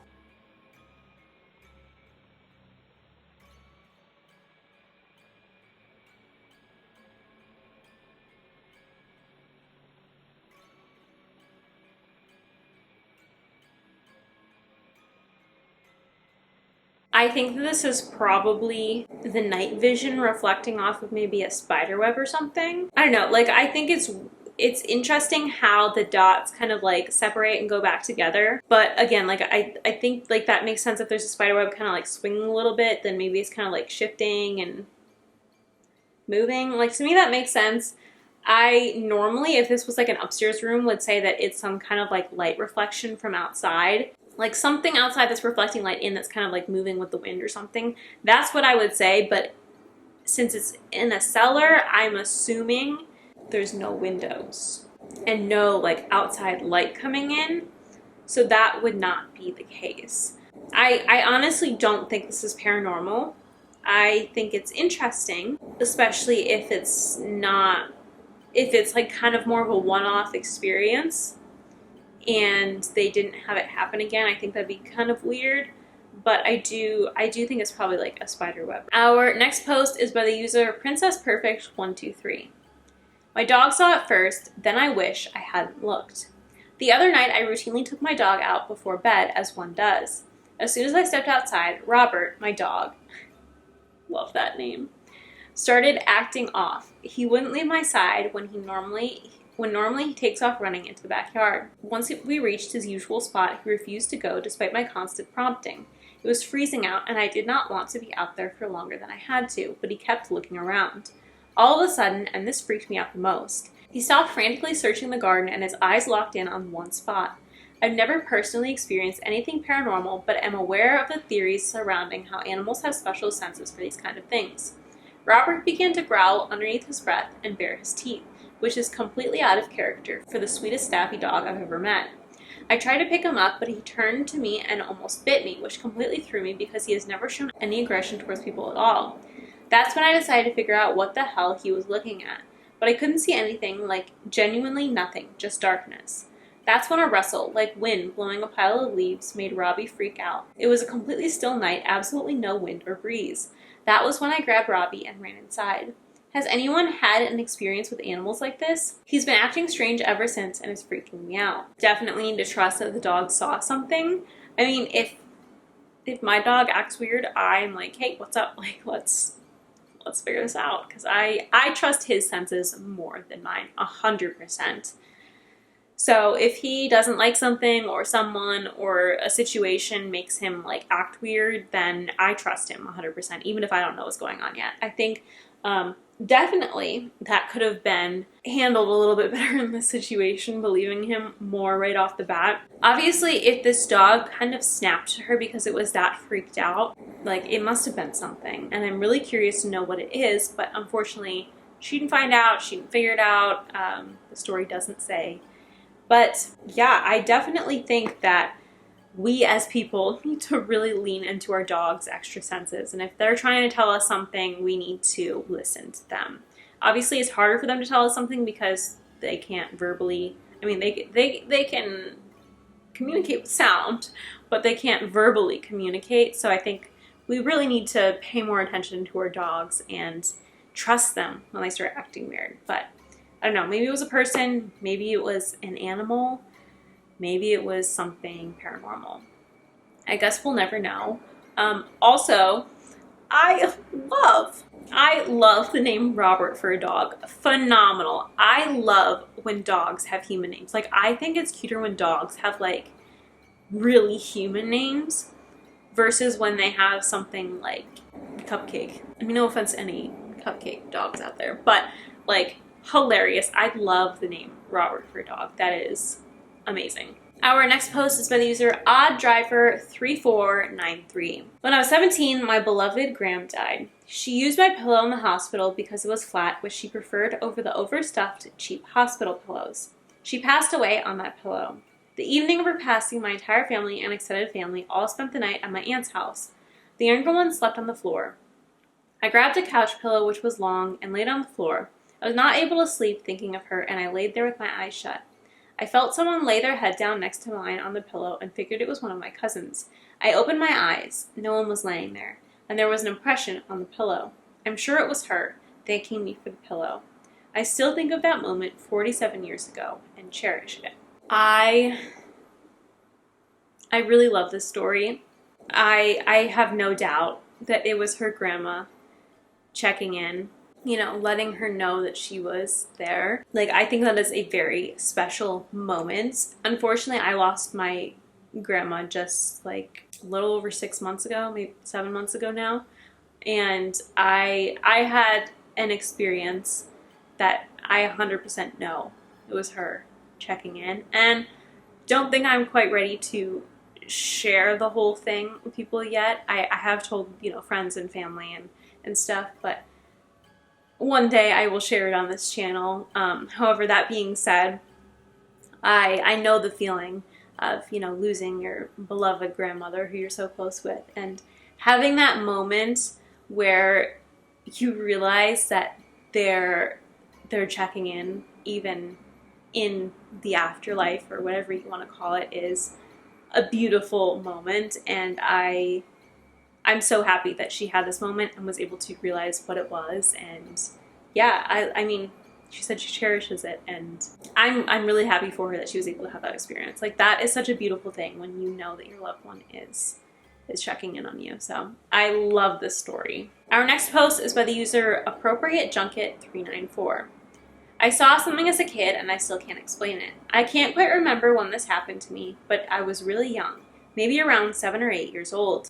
I don't think about it often, but every few years the memory comes back, and to this day I have no explanation for what I saw. I was at home and my mom told me to go outside to grab something. Our house was still under construction at the time, but it was already big, with an outside kitchen connected to the main house by a small open corridor. When I opened the door to get there, I saw something. It was moving from the left side of the corridor, walking toward the outdoor bathroom. At first glance, it looked like some kind of stray animal, but something was off. It was too tall to be a dog, but too small to be a horse. It had a thin, malnourished body of a street dog, with caramel-colored fur or skin. When I focused on what I was seeing, it wasn't some weird-looking dog who probably had entered the house. The head was my grandpa's. Exactly like my grandfather's head, bald with wrinkles and even his glasses, but there was something weird with his eyes. They were white or gray, maybe even red. I can't remember exactly, but I know they weren't normal eyes. I don't remember hearing any sounds. I don't remember if it made any noise or if it reacted to me. But as it walked forward, it turned its neck as if it had heard me.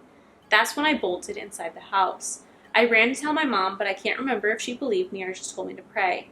She's very religious, so I doubt she would have entertained the idea of anything supernatural. I never saw it again. It didn't haunt me, follow me, or appear in my dreams, but the memory is burned in my brain. It didn't feel like a dream or a child's imagination. It felt real. And the creepiest part, my grandpa is still alive to this day. Though he's sick now, probably not anymore. Unfortunately, I can't really contact him to see if he's okay. That's really sad. I live in the southern part of Africa, and after looking into it, I think it might have been something similar to a duppy or some other spirit from African folklore, but I don't know for sure. Has anyone ever heard of something like this? Because I still have no explanation. Please, this is something I've been wanting to figure out for a long time. I don't know. That's freaky. I feel like sounds kind of like a skinwalker or something like that.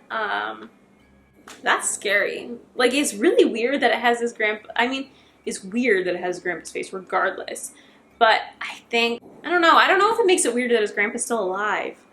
If that, like, changes anything. It just, in the moment when I read that, it felt like it made it weirder. But now I'm thinking maybe it's not any weirder. I don't know. This whole story, like, really messes with my brain. An outdoor bathroom and an outdoor kitchen, because your house is that big, that sounds lovely. Okay, I don't know. Really can't explain it. Sounds like something supernatural to me, though. Our next post is from the user Nightfall Reddit. Can someone tell me what I saw? Before I share this story, I want to say that I'm not at all a super normal believing person, but I don't know what to think about this. I was on a hike with my Cavachon in County Antrim, Northern Ireland. He's not a dog that would stop on a hike, lots of running and jumping around. When we reached a part of the trail I hadn't really been to before, he stopped and looked to his right really quickly, into the small forest, I guess you'd call it. I heard something before I saw it. It was like a wolf howl, but we don't have wolves in Ireland. Maybe a bit of a deeper sound, nearly like a bear, which we also don't have.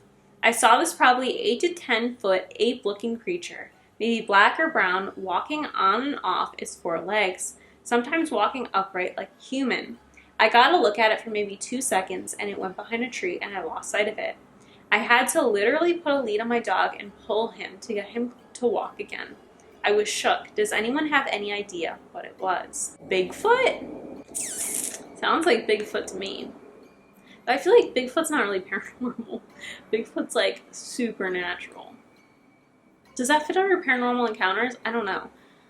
I love Bigfoot though. I think he seems really cool.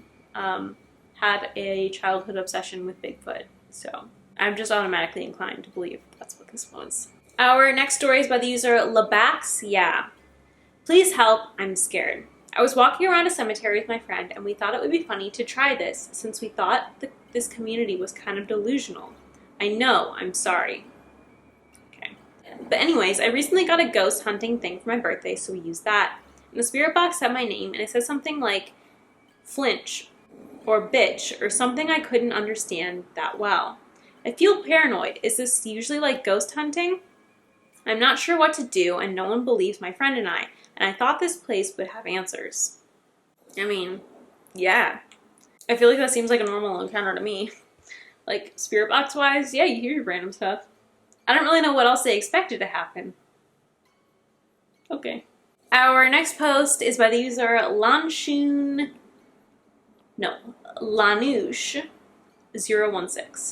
My 2-year-old sister. I'm not really sure if this is the right place to post this, but oh well. My baby sister, who was 2 years old, used to love taking showers. Every few showers, I would be the one bathing her. About 2 months ago, she suddenly started hating showers, crying hysterically whenever she had to take one, but she never said why. For the past few days, my mom has been telling me that she keeps waking up at night crying that someone hit her. Until then, I thought it was just a toddler's imagination or nightmare. An hour ago, I was giving her a shower. As always, she started crying. Then she suddenly got really calm. I tried singing to her and playing games, and she seemed to go along with it. While I was getting her dressed, she started pointing to the corner above the mirror, saying there was a monster. At first, I just told her there was nothing there and that she shouldn't be scared, but she kept pointing and repeating it. I started getting chills down my neck like someone was there, but I tried to act as if nothing was wrong.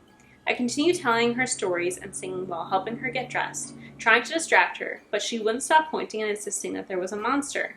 The eerie feeling behind me kept getting heavier. In the end, I just hurried up, got her out of the bathroom, and closed the door behind me. I'm still freaked out. I don't know. Sounds like there's something in the house. I think it's weird, like, why would she think that someone's hitting her? I mean, I hope that there's not, like, another family member that's unaccounted for in the story, or, like, a daycare or something, and she's talking about that. Otherwise, it sounds like it could be some kind of entity.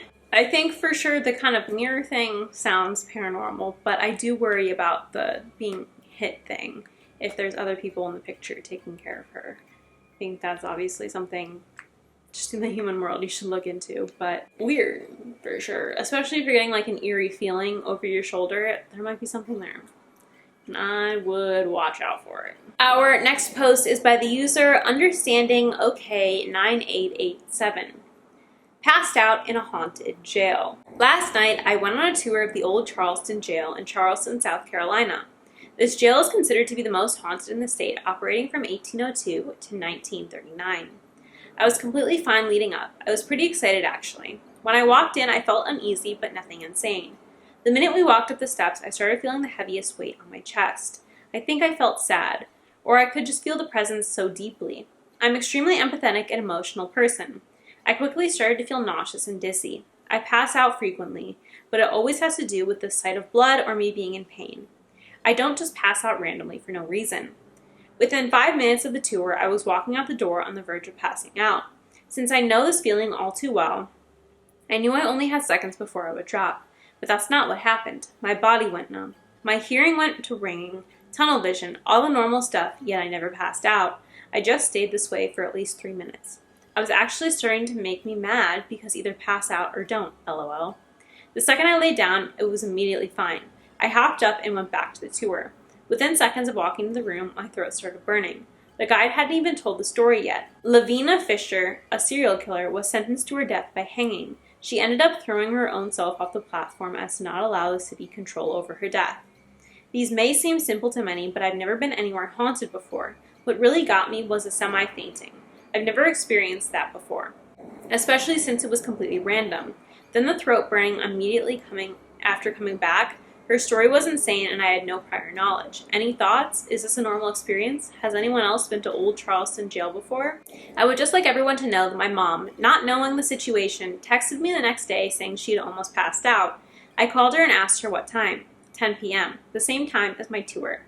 She had the same symptoms as me, but they lasted for even longer than mine did. She's a skeptic, but this really creeped her out. We think it's connected maybe in a mother's intuition type of way. We've both never experienced anything like that. Semi-fainting, let alone at the same time while across the country from each other. This is very interesting. I will say, it could be like some kind of vasovagal response type thing, or it could be a panic attack. I've had a panic attack where I had like all those symptoms and didn't pass out before. So it very well could be that too, if you're like getting yourself worked out because you're freaked out. But also, obviously, the paranormal has an effect on you, and sometimes they just make you feel sick. And I think the fact that his mom then had the same experience makes me lean more towards it's probably not necessarily a panic attack or vasovagal syncope response type thing, and it was paranormally induced. And along with what he said about mother's intuition, my mom has experiences multiple times. Like sometimes I get into a little bit of trouble as a teenager and as a kid. She would immediately randomly start feeling sick, and then shortly after I'd be like, oh my god, like I need help with this, or like come pick me up or something, and she'd be like, oh, like I literally knew something bad was happening from like a town away or something like that. So I have experienced, you know, the mother's intuition thing, and it reminds me exactly of that. So I really think there's something to this whole thing, for sure. And then to find out that his throat's burning And the story is that this woman, serial killer, like hung herself or was hanged. Was hanged, but did it herself. Either way, obviously that revolves around your throat and airways and stuff. And the fact that he said that his throat was burning before he even heard the story, it's very interesting that it's like, I wonder if it's a similar feeling and she was there and making him feel what she did. Very interesting to me. I really thoroughly enjoyed this story.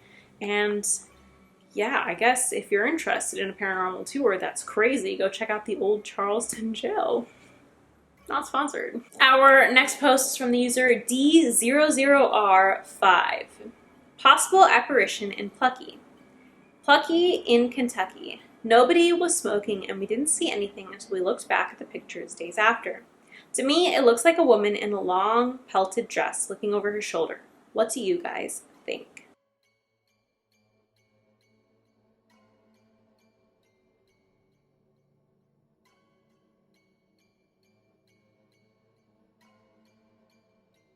It feels like, it looks like a woman from this painting. It's like Sunday at the Lake or something like that. And there's like a bunch of like women with dresses that like go like this out the sides and they have their umbrellas. And there's like a monkey in there and they're like at the lake.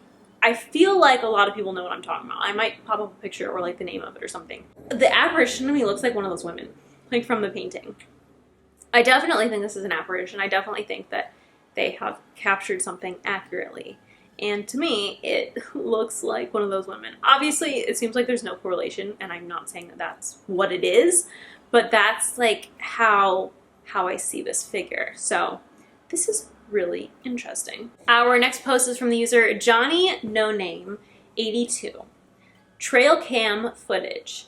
My brother just sent me some intriguing videos found on a friend's trail cam that is set up on some family land of ours. It is 5 separate clips compiled into one video due to Reddit. This is the first time we have had cams out at this property, so it's crazy to find this. There are a lot of bugs flying through the video, but neither him nor I can come up with a good explanation for the white orbs in one of these clips. You can see the brush around the tree briefly get blacked out in a few places. Later in the clip, you can also see a light illuminate off the camera. The spot this camera is mounted is roughly 100 yards in the woods on the backside of a 10-acre field that is at the bottom of the hill, so there is no vehicle access for it to be a car. I asked if it could have been light from another camera, but there is no other camera in the area. What do you guys think? We are going out there this weekend to investigate.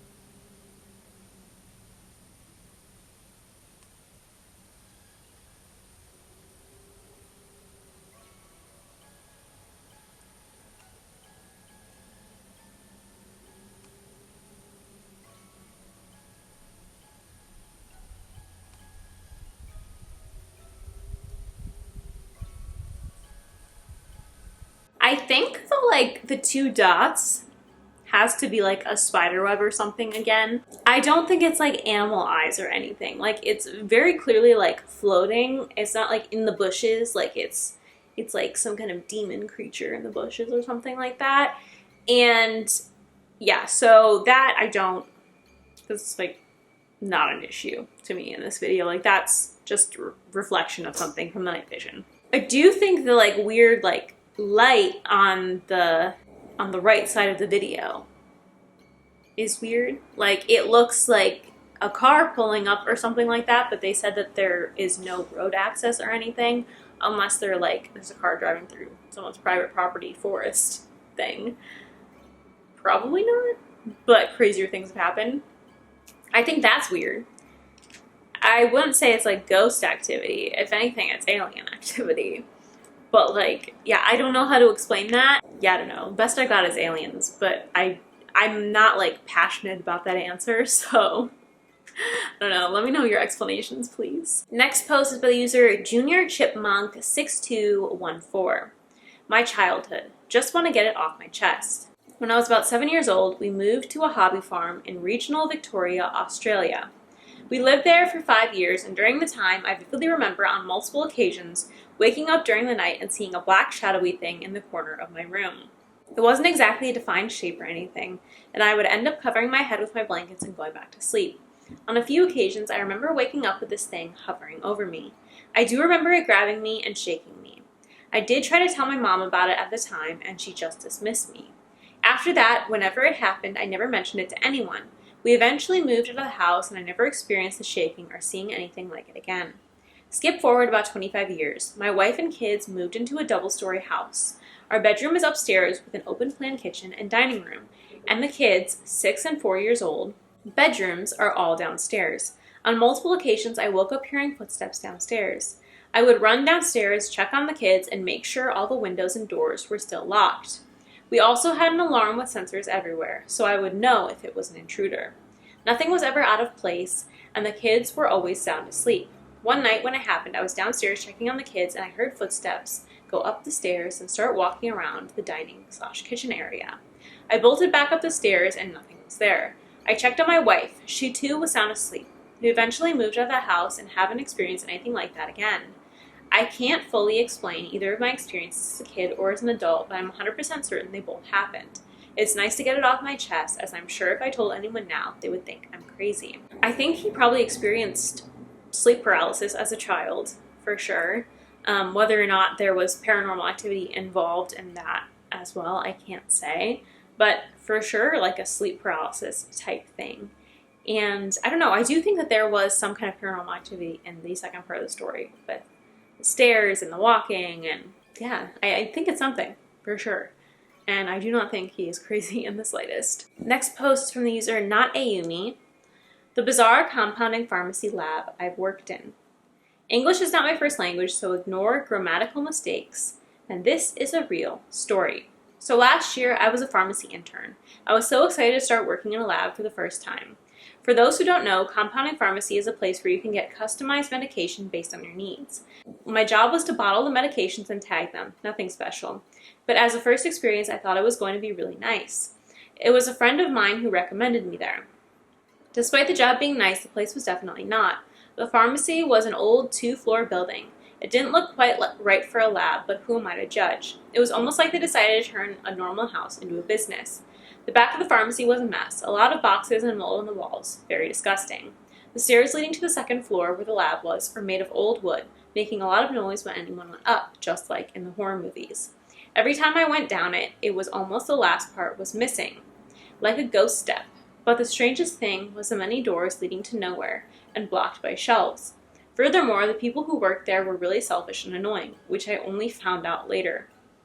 I was the last person to leave the lab every day, 6:30 p.m., which felt strange because I was an intern and probably shouldn't be left alone. But anyways, I was responsible for turning off the lights, the machines, and cleaning the lab before leaving, which was okay for me despite being terrifying sometimes. The laboratory had a lot of rooms, each one with a purpose, and they were connected by a long corridor that was really dark, but nothing strange happened until months later. There was a guy that used to work a shift before mine, and he always used to say goodbye to me as he went down the stairs, but this time was different. I was alone in the lab as usual after 6 p.m. in a room with the door closed and kept working there, doing what had to be done. Then I heard footsteps on the stairs, as if someone was coming up. It wasn't my coworker because he had already left that day, so I thought that maybe he forgot something and came back. I shouted and asked if it was him. No answer. I thought he might be joking, but we weren't friends, and he wasn't the funny type. I heard the footsteps go through the entire lab. I didn't have the courage to see who it was. The thing didn't say anything or answer me. After that event, I tried to stay calm and talked to my boss to see if he had gone to the lab, but he denied it. It became common to hear footsteps and whispers in the lab when I was alone, and I started to think I was going crazy. That's when I decided to use headphones with music. It was not allowed because of biosecurity, but I was too scared to care. To try to distract myself and not think too much, because honestly, I was always very scared. The place was really strange. The air in that place, the doors that led to nowhere, the mold, the people who were mostly bad people, all of that made me feel bad. As the months went by, my health started to get worse. I couldn't eat without feeling nauseous, and I spent more time in the bathroom afraid that I could vomit than in the lab itself. I lost a lot of weight, and every day my stomach felt strange, painful, and bloated. I couldn't understand what was happening. I had no explanation for it, since my medical appointment said I was fine. One day, I was alone again in the lab, working with the door closed to avoid seeing things, when I heard a very loud noise coming from the other room. Even though I was scared to death, I went out to see what was happening. When I got into the room, there was a wooden stool, those round ones with 4 legs and no backrest, on the floor, laying on its side. I felt a shiver on my spine. There was no wind in this world capable of knocking over a wooden stool. Well, not in Brazil. In fact, there was no wind inside the lab. The only breeze was coming from under the door that had no other side. It was hidden behind a large shelf of vials, and only part of it could be seen. I had lifted the stool, and as soon as I turned around, I saw a white figure standing out in the darkness. It quickly passed through the hallway. Since I'm not stupid or anything, I dropped everything in the lab as it was and ran down the stairs to meet my boss. During this descent again, the ghost step kicked in, and I stepped wrongly, falling down the stairs. My boss came to see what happened, and I changed the subject. I was scared, but I thought if I told him anything, he would think I'm crazy. I asked what the place was like before it became a pharmacy. My boss explained that about 20 years ago, it was an ordinary house, home of 2 old people and probably a kid. That was all he knew. He said that a while ago, he dreamed with the pharmacy and a little girl in white trying to communicate with him. She was talking nonsense, and her 2 eyes were completely black. I was scared with the possibility that the girl could be the same girl up there, so I ended up telling him the reason why I ran away. He told me that I was not the first person to witness supernatural activity in the pharmacy. The former pharmacist in charge had had a panic attack when she saw a child walking around the pharmacy. She hung under the table and cried so much that she ended up being carried out of the place and taken to the hospital. He also mentioned that she had resigned after what happened. From then on, I asked my friend to be with me upstairs, and I tried my best to leave early, even if it meant hanging around the bathroom until it was time. It was a really bad feeling. There was really something wrong with the place. After almost a year of interning there, I had to leave because I was going to transfer to a full-time college, making it impossible to continue the internship. Here in Brazil, it is very common to go to college in the morning and work in the afternoon. I have to admit that it was one of my worst work experiences. There was a lot of issues with the cleanliness and health inspection regulations, and also possibly a haunted house, lol. I think it's important to mention that the first week that I wasn't in that pharmacy, after I resigned, my appetite returned to normal, I stopped feeling sick, and the stomach pain also disappeared, which makes me believe that the pharmacy wasn't a good thing. I'm so happy right now saying that I'm away from this creepy place. My first thought when he was mentioning the mold and then like his sickness and appetite and stuff was mold poisoning. I don't really know the science behind it and health implications about if it has to be treated or if it can go away, if there's time spent away from the mold. Like in this situation after he quit, I don't know if it just goes away on its own. Although it says that the first week that he wasn't in the pharmacy, his appetite went back to normal. And I feel like if mold poisoning can go away on its own without treatment, a week seems like really quickly if it was making him that sick and made him lose weight and stuff when he was having the mold poisoning. If that makes sense? So I don't know. Maybe it could be a combination of some paranormal thing affecting him and his appetite and a little bit of mold poisoning. Or maybe it's all paranormal related. I definitely believe that there's something going on in that place, paranormal-wise. I don't doubt any of his experiences, but I'm really intrigued by the kind of sickness aspect to it, whether it's from mold or paranormal, is a question that I wish we had the answer to. The next post is from the user SnoopyIsCool117. My experience from Edinburgh Uni. So I think it's worth saying that I've had this kind of stuff follow me throughout my life. When I was a child, I lived in a very, very old house, hundreds of years ago, and it served as a village courthouse, and my room was the old holding cell. There were even holes in my window ledge where the bars had been. I hated it there. In theory, it was a pretty house, very idyllic and historic, but the atmosphere was horrible. It wasn't just the atmosphere either, but the things that happened there that really that had a really heavy impact on our family. Things went missing all the time. I was pushed down the stairs. My brother saw shadow figures often going into my room. Sometimes he just point blank couldn't enter the house. I remember several occasions where we would come back from school, my mom would unlock the front door and it just wouldn't budge. We'd enter through the back door instead. Banister railings would fly off the banisters and plummet onto the landing, often narrowly missing someone walking down there. My mom and dad checked them, had them reinstalled several times, but there were still multiple narrow misses even then. My mom was reading my brother a bedtime story one night. Everything was normal until he started crying and asking her to tell that man to go away. She asked, "What man?" and he said, "The man behind you." My mom didn't look behind her, just pretended that everything was normal. Eventually he calmed down and she asked, "Is the man gone now?" And he said yes. The next day she asked him to draw a picture of the man. He drew a picture of what looked like a Puritan. A minor point, not necessarily paranormal, but I had a very disturbing nightmares from as far back as I can remember. There was this one reoccurring nightmare I had for years. I was kidnapped, taken to the house, and beheaded in the garden. It happened so often I began to recognize it as a dream, at which point I would start trying to change the outcome, but I never could. Pretty major point. It burned down. Pretty much everything was decimated. Family photo albums, toys, clothes, everything. After a house burns down, there's an investigation that follows to see if you're at fault for the fire. The point being, insurance doesn't want to pay for the rebuild. After 2 weeks of investigation, they could confirm that they had no clue why the fire started. All they know is that it started in my brother's room, which was all the way up in the attic, in his wardrobe, in the middle of the day. At that time, me and my brothers were downstairs watching Rosie and Jim, LOL. It wasn't a faulty plug, a cig, nobody smoked, my dad was at work, and my mom was in the kitchen. They basically concluded that it was a freak accident. Edit, I'll just insert a newspaper clipping from the fire just to show you that I'm telling the truth. Fast forward quite a few years, and the house that we moved into was great. None of that weirdness from before, and then I went to Edinburgh Uni.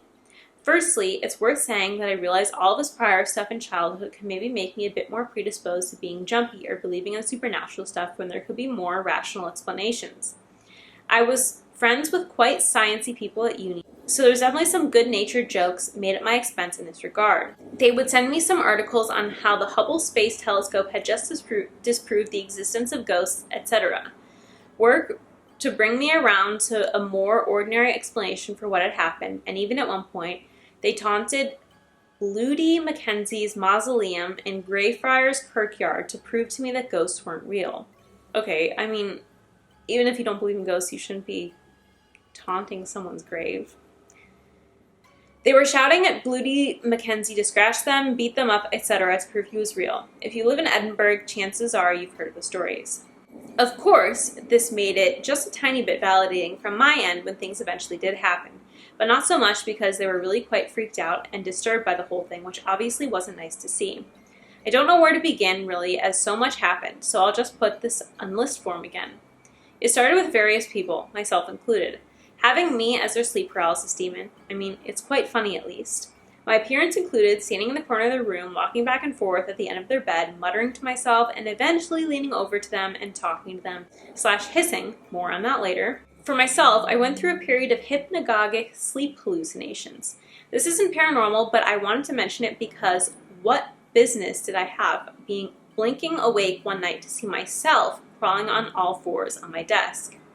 At the end of the first year, I was standing in line for a kebab. Is nothing sacred? I was attending a ball at Greyfriars Kirk, and they had put food trucks outside in the graveyard. This was before my friends taunted Bloody Mackenzie. Anyway, my two friends were behind me, and there was one guy in front of me at the food truck. We were all very spaced out from one another, and the graveyard was completely empty otherwise. And then I swear on my life, a hand stroked my knee. I feel each and every finger and the thumb. I look down because it's so physical. My first thought isn't I've just been touched by a ghost, but gross, some creep is stroking my knee. The angle is such that they would have had to do it crouched down at my feet to do it. I looked down and there was nobody there. Tears actually filled my eyes because WTF. This all gets particularly bad when we move into our second year flat. Again, I'll try to keep this as brief as possible. Starts off with regular knocking on the front door. We lived at the very top of a building of 5 flights of stairs. For anyone who knows Edinburgh Flats, very high ceilings, no lifts, very echoey in the corridors. This would be very laborious prank to pull off. It's not the kind of thing where you can just knock and run. We'd open the door and there would be nobody there. It's very clear the stairway is completely empty. We have a view the entire way down anyway. This happened so often that even our skeptical friends would comment on it. They'd race to the door to try to catch who was doing it, but it was always the same outcome. Nobody. Our neighbors on our floor were a young couple with a baby, so I ruled them out. One time I walked into the kitchen and literally all of the cabinets and cupboards had been flung open. I was home alone and it certainly wasn't like that earlier. One night I woke up randomly at 3:05 a.m. I checked my phone and 5 minutes earlier, my flatmate, who I shared a wall with, had texted me asking me to stop dancing around my room because the noise and stomping were keeping her awake. As I mentioned earlier, my friends decide as we're walking past Greyfriars Kirkyard to try and scare me a bit, so they go up to Blue D. Mackenzie's tomb and shout things like scratch me, punch me, etc. They found it quite funny and I just kind of stood there like, okay. Nothing had happened in the moment, but I mention it because it could be connected to what happened shortly after. A week later, we're out clubbing. Me and my friend go back to my flat, and he's a bit drunk, so I offer him up the sofa to sleep on.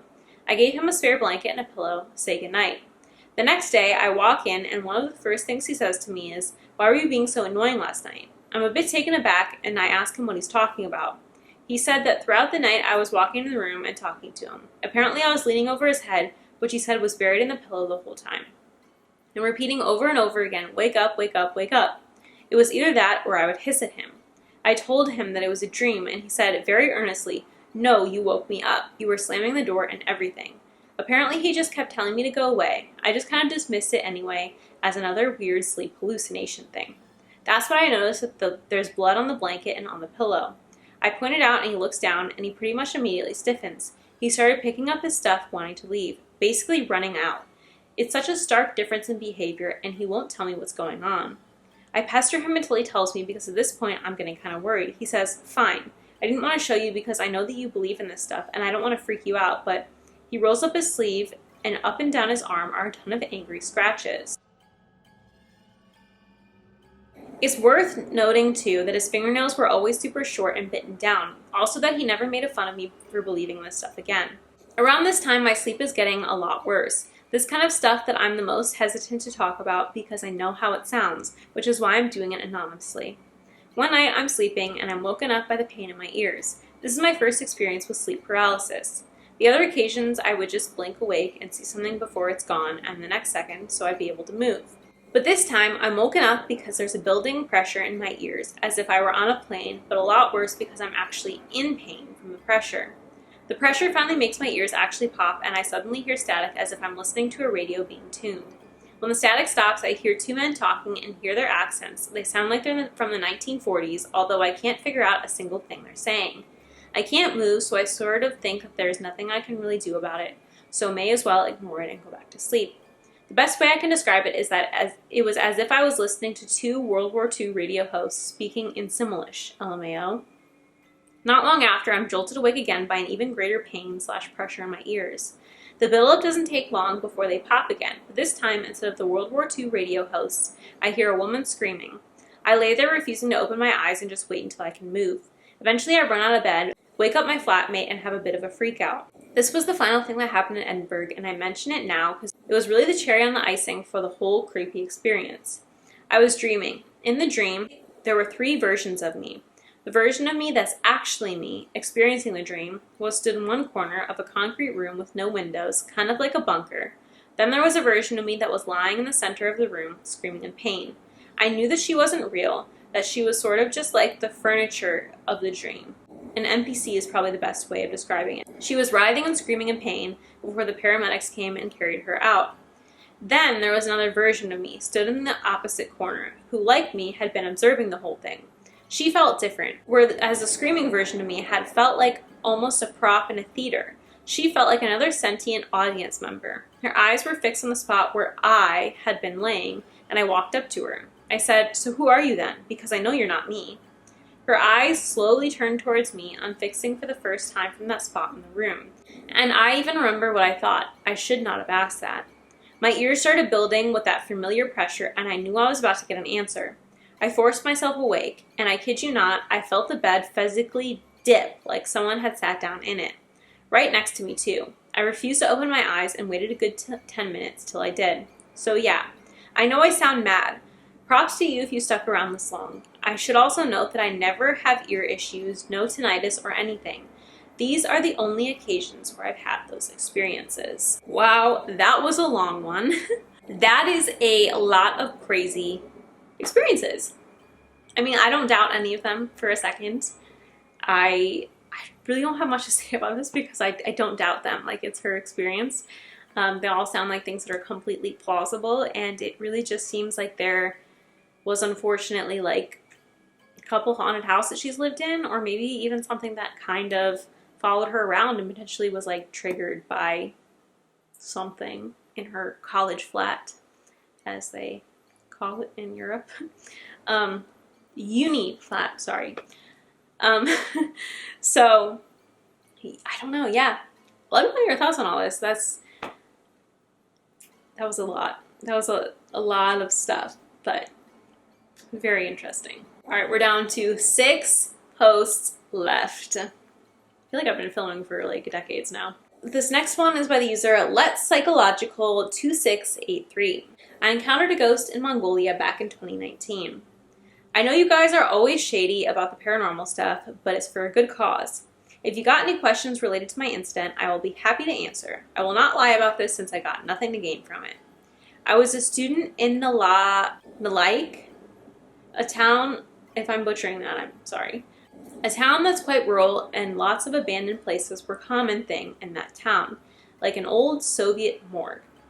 I used to live in a dormitory with my friends. There was a dumb rumor I kept hearing from the dormitory students that there is a ghost. I was a member of a student council, therefore our council would always work with academic affairs. We had a few meetings with weird topics like dealing with paranormal stuff. I thought this was so ridiculous, but academic affair members, mainly German professors and Mongolians, said to take it seriously, so they gave us a task, to deny every ghost story that students had and defuse the situation. One of the German professors said he was fascinated by the encounter and he claimed he witnessed one. I would work with senior student council members and they told me it's common to see weird stuff here, but don't freak out. Well, of course, I wouldn't believe any of them as I thought it's students making a dumb story. I was like ultra-atheist and had strong beliefs in science until one night changed my views. One night, my friend fainted for no reason and we had to call an ambulance to take him away. 3 of us, Dalai and Tugu, hopped onto the ambulance car with him. We were kind of confused why he would pass out from nothing and laughing about it. Tugu left early to his dormitory. Me and Dalai walked later onto our dorm as well. Mongolia isn't that densely populated. You can be walking in the middle of nowhere, but a grass field. Nothing much to see. While walking at 2 to 3 a.m., we passed through abandoned old Soviet morgue building, then our dorm. Me and Dalai walking with a 2-meter distance between us, joking about what made him faint. Suddenly, I got so cold. I was surprised and felt something was off. Then we started hearing a woman whispering to us. We could tell the whispering was from between us. We looked at our surroundings and nothing to see but just grass and rocks. The morgue was far away but could be seen. We both just froze at the moment. Started hearing the whispering sound of the woman. We both looked at each other. He asked me if I could hear it and I said yes. I couldn't understand what it was whispering to us, but I strongly remember the last part of it. It said to us, then there's some Russian text and it says, translating to, what should we do with these 2? We walked fast to get away and rushed to our dormitory. We both talked about it and hearing the same stuff. If we were alone, I would assume I'm just hearing stuff in my head. Remember my other friend? Tugu left early to dorm, right? He had the same encounter but ignored it, thinking he was just imagining stuff. 3 of us agreed not to talk about this stuff in our dorm, thinking it could follow us and bother us even more. Dalai's grandma is Tengri's shaman and taught him to ignore the spirits and they wouldn't bother you. I left that uni after a few months because I found better opportunity with a scholarship. To this day, I still remember this moment. If you guys are interested, I have a screenshot of our chat talking about that day. Again, I have nothing to doubt about this story specifically. I think it's all very plausible, especially if there's an old morgue nearby. All right, next story is by the user OGZPat. Me and my wife saw a dark figure in the cemetery. It was my wife's uncle's viewing at a church inside the cemetery. We were already inside the church around 5:30 p.m. when my wife said, "I forgot something in the car. Can we go get it?" I said, "Okay, let's go." As we were walking towards the parking area, I was looking directly between the back of my car and another car next to mine, and there was a small bush there. Then I saw a small dark figure run across between the cars by the bushes in front of the vehicles. My wife tugged on my arm, thinking that she saw the same thing I saw, but she didn't say anything. We went to the car and grabbed her stuff, but as soon as we walked off, that's when my wife said, "Did you see that?" And that's when I knew I wasn't seeing things. And I said to my wife, "Yeah, I saw that dark shadowy figure run across in between in front of the cars by that bush." My wife said, "I thought you didn't see it. What was that?" We didn't know what it was, but that was the first time I saw something like that. Kind of creepy. Certainly could have been an animal, but since he said it was daylight, or like during the day, you know, you'd think that if it was that close and it was daylight, you'd be able to tell right away that it's an animal. So I think it could really go either way, that it could be something paranormal since they're in a cemetery, but it could be an animal as well. Our next post is by the user Ursus Renata. A decade of odd and annoying incidents in my business warehouse ended with a notable farewell, me being physically hit by nothing in front of a witness. Apologies for the length. Brevity is not my strength. A decade ago, I bought an old general store to set up a manufacturing shop. I'm fairly sure it threw me plenty of paranormalcy over the years. It was just an 8,000 square foot box. No long corridors or office clusters. It was built in 1980 on an old homestead next to a big red barn. Turn of the century era. In the early 2000s, an arsonist set fire to the barn and nothing remained but ash and iron. The only other physical details of note to the weird happenings may be the Federal Energy Labs 20 miles up the road, or the way back era of Shoshone occupancy on the land. From the first month on, I suspected some kind of something in my building. Mainly, I just had the worst luck with machinery. No matter how new or well-maintained, machines broke down constantly in random ways at malicious times, like under the deadline of a holiday rush. This went on for 10 solid years. No single human has had that much bad luck with so many varying types of equipment. Things like alignment adjustments, too big to drum sanders and CNCs, knob tension changes and wheel adjustments and industrial embroiderers, fridges flipped off at night, not tripped but flipped, loosened bolts and partially sliced drive belts, overnight congealing in $5,000 plotter heads, wire cutters and soldering irons flipped on, room temperature settings changed to the low 50s. Those things don't just happen. It was so ongoing that it seriously felt like sabotage. I'm not gonna lie, I don't know what half of that meant. So, things malfunctioned. I don't know what that meant.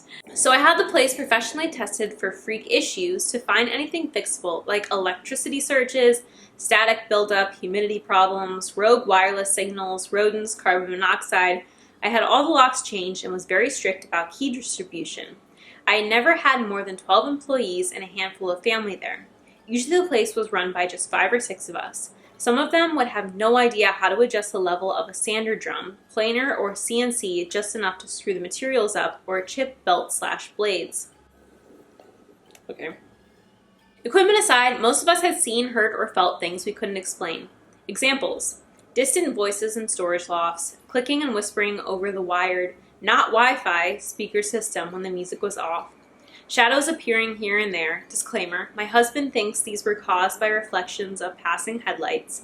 That's a reasonable idea, but he was rarely there and never actually saw the shadows. They weren't sharp or fast, weren't visually striking, just soft, dark areas that were there and then were not. If you don't know what a spot looked like without If you didn't know what a spot looked like without the shadow, you probably wouldn't notice it. Barely perceptible movement and reflections on powered-down computer monitors. Cold spots and passing breezes. This place had no openable windows. 3 exterior doors and 1 garage door. Cold was noticeable enough that I had roofers come in, check in the fascia to make sure the roof was intact. Had no invading birds or wasp nests. Sudden crashes or drops of tools, materials, or shelves where no one was near. For a year, I was convinced that a stray cat must have found a way to get in. I had the building's whole perimeter site and siding checked by an exterminator. Of all of the staff in my family over the years, 5 females in particular were certain we had experienced something odd there, as if something lingered after hours when it was quiet and when we were working alone. 3 of the younger ladies got to the point of burning sage and incense. Late work nights were often described as uncomfortable or interesting. Now to the pinnacle of my experiences. After 10 years, I decided to sell the place and get the hell out. The machinery problems were beyond frustrating and so damn expensive, it was a money pit and I was worn out. Between that, COVID, and the political landscape around here, I just didn't have it in me anymore. One evening, I was wrapping up the realtor's listing paperwork and joked to my daughter across the space that the ghosts would be happy to see us go. Then I turned to walk across the warehouse to the printer and slammed full body into one of the shadows. The experience was like walking into a physical person coming fast in the opposite way towards me. I hit it hit me, and I bounced backwards. My arms flailed and I almost fell. The shadow wasn't there for even a full second, so briefly that I wasn't even sure I'd seen it. There was nothing I could have tripped on or clotheslined myself with. It was just a big empty area with a clean concrete floor. Here's the kicker. My adult daughter had witnessed the incident in full, unobstructed view. She was looking right at me because I was talking to her. She said it was like watching someone get punched by an invisible energy in a sci-fi or war movie. After I scrambled myself up, I yelled, "Did you see that?" My daughter was frozen, her eyes popping round. She said, "Let's go, right now." We didn't even turn off the lights. From then on, we kind of nagged friends to come help us move out faster. We had seen and experienced many odd little things, but this, if something actually wanted to hurt us, game over. Was it that thing's reaction to my joke about getting rid of us? Our husbands having to give us plenty of shit, they came up with an explanation for everything. The thing is, I'm only a few childhood church lessons from being an atheist myself. I'm not spiritual. I don't personally believe in fairies or skylords or spaghetti monsters. I've never burned a bundle of herbs in superstition. Science and sci-fi are my bag, so I too try to explain away the building's many years of much weird stuff. But that last incident, unless I had some kind of singular seizure or stroke, something was there and it physically hit me. I hope whatever it is likes the building's new owners more than it liked us. My realtor was like, please don't joke about ghosts in front of potential buyers. Parallel tale. One of my older employees, a no-nonsense, tough-as-nails 60-year-old, had worked at the Federal Energy Lab up the road, in security back in the 90s. She said that the stories of paranormal activity on the desert grounds were common among security staff. There was a nuclear incident in the 70s out there, and the Shoshone and Bannock tribal history on the land. Sorry if I'm mispronouncing. One early evening, she was foot patrolling the outer perimeter when a voice spoke to her, as clear as someone standing right next to her. Picture it. Dusk, empty desert, buildings hundreds of feet away, and someone said actual words to her. She said it was so freaky that she barely had the presence of mind to draw her gun. She spun and spun again and then sprinted back to the buildings. She said workers like to play jokes on each other out here, but it was no way that this was a joke. She was completely alone and isolated in a field, and the voice was near her head. So I wonder if that area's old history was related to my building issue somehow. Something to ponder. Man, I'm so happy to finally be out of there. Thanks for joining me. It must be some kind of history on the land, for sure. I have no doubts about this. Like, the stories earlier in this video where I was like, I feel like they're made up. Like, I don't know what it is. You can tell me if you're also on the same page or disagree with me. I feel like the stories that I said were made up, like they just had a vibe to them. But these last few ones that I've read, they feel authentic. And like this one, I genuinely believe all this like little stuff. It doesn't feel like exaggerated or made up or anything. Even though like felt like she ran into the shadow figure and bounced off. Like, I don't know, to me that, like, I genuinely believe that that happened. So, I don't know, this is really, really crazy. Yeah. Our next post from the user J Blosnails. House is haunted, but there's been a spike in activity lately. Hello everyone, just wanted to come on here and talk about my house and some of the weird stuff that's been going on recently in it. Lived in this house alone for about 5 years now. Nothing really noteworthy happened until 2021, and it wasn't really anything crazy.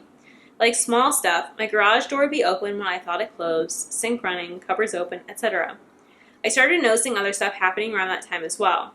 Wouldn't think I'd hear footsteps around my house, but it was always something I thought I could play off as just being tired, since I work full-time along with college. Didn't happen all too often too, but it started to become more frequent as years have gone by. And recently a few things have happened that have got me pretty spooked, to the point I've stayed at friends' houses because of them. I'll list them below. Not sure what I want out of this, maybe some clarity or maybe advice on what to do. Story 1. So this happened around August of 2024. Sitting in my office room doing homework and playing some music, started to hear what I thought sounded like a woman at my door. Now I'll note, my next door neighbor is a single mom and she goes on walks past my house literally every night. Figuring she must be at my door asking for something, I open the door only to find no one there. Close the door and sit back down. Over the next week or so, I started hearing what I thought was a woman talking, just out of earshot. Wouldn't think it's my TVs, but I keep them out when I'm not using them. Was pretty damn stumped and frustrated over it, but it all built up to one night I'm laying in bed and I hear the same voice, lady just out of earshot, talking at my bedroom door. Tired and creeped out, I jumped out of bed to check, only to find, when opening my door, no one was there. Chilled me good enough to where goosebumps formed. Locked my bedroom door, which I never do, and got back in bed. Maybe 5 minutes later, it starts happening again. Got back up and screamed, "Leave me alone!" Packed a bag and went and spent the night at a friend's house a little ways down the street. Hasn't happened since. Story 2. This incident happened about a month ago. Doing homework in my room, all of a sudden my home phone starts ringing. The problem is I haven't had that phone connected since the hurricane swept through Florida, and I've had no reason to put it back in. Quickly jumped out of bed, shuffled out to check the phone. Sure enough, it's ringing at me. Picked it up and immediately died. I have absolutely no clue how this could have rang unless the phone's battery is jacked up or something. Since have thrown that phone away. Story 3. This is the one that made me want to come on here and talk about my experiences thus far. Happened a week ago. I have a boxer puppy who turns 1 on Saturday, who is usually pretty relaxed. Never seen him frightened because frankly he doesn't even know what's going on half the time. It's probably about 1 to 2 a.m. I'm chilling in my kitchen, Knox is laying next to me, probably wanting my food. Eventually he walks away, and as I finally indulge into said food, he stops about 6 feet from my garage door and growls, like tail up, looking like he's going to bite someone kind of growl. Never seen him growl once, so I was a little freaked out by the get-go to say the least. Tried calling him back over, but he's absolutely dialed in on whatever he's growling at. I started walking over slowly to him, turned the corner to lock my door, and bam! Sound like a giant object slammed right into the door. Loud as hell. My dog jumps back and runs to go hide in my room. I open the door, run into my garage to see if anyone tried breaking in, only to see everything was perfectly quiet. Door was fine too. Needless to say, I grabbed the dog and we drove up to stay at my friend's for the night. Been on the edge the past week, being on my own home. Feels like I have to watch my back constantly now, because something might happen. Losing sleep, don't really know what to do at this point. Seems like there's something there just kind of messing with him, honestly. I mean, obviously, like, you can't just move out when something happens, as much as I say that, and you might want to. So, I don't know. I really feel like, you know, maybe trying to stay with friends for as long as you can until maybe you move out, if it's really making you lose sleep and freaking you out that badly. But, yeah, I don't know. I feel like there's no real good, like, solution to this if you can't just, like, pick up and leave. I guess you're just going to have to kind of put up with it. But I definitely think that there's something going on, like, something kind of messing with him. Hopefully it doesn't, I don't know, like it feels like it maybe could turn dangerous, but hopefully it isn't necessarily dangerous. It's just like thinking it's funny. So, I don't know. Our next post is by the user Lefty Shanker, and it says, "What is this?"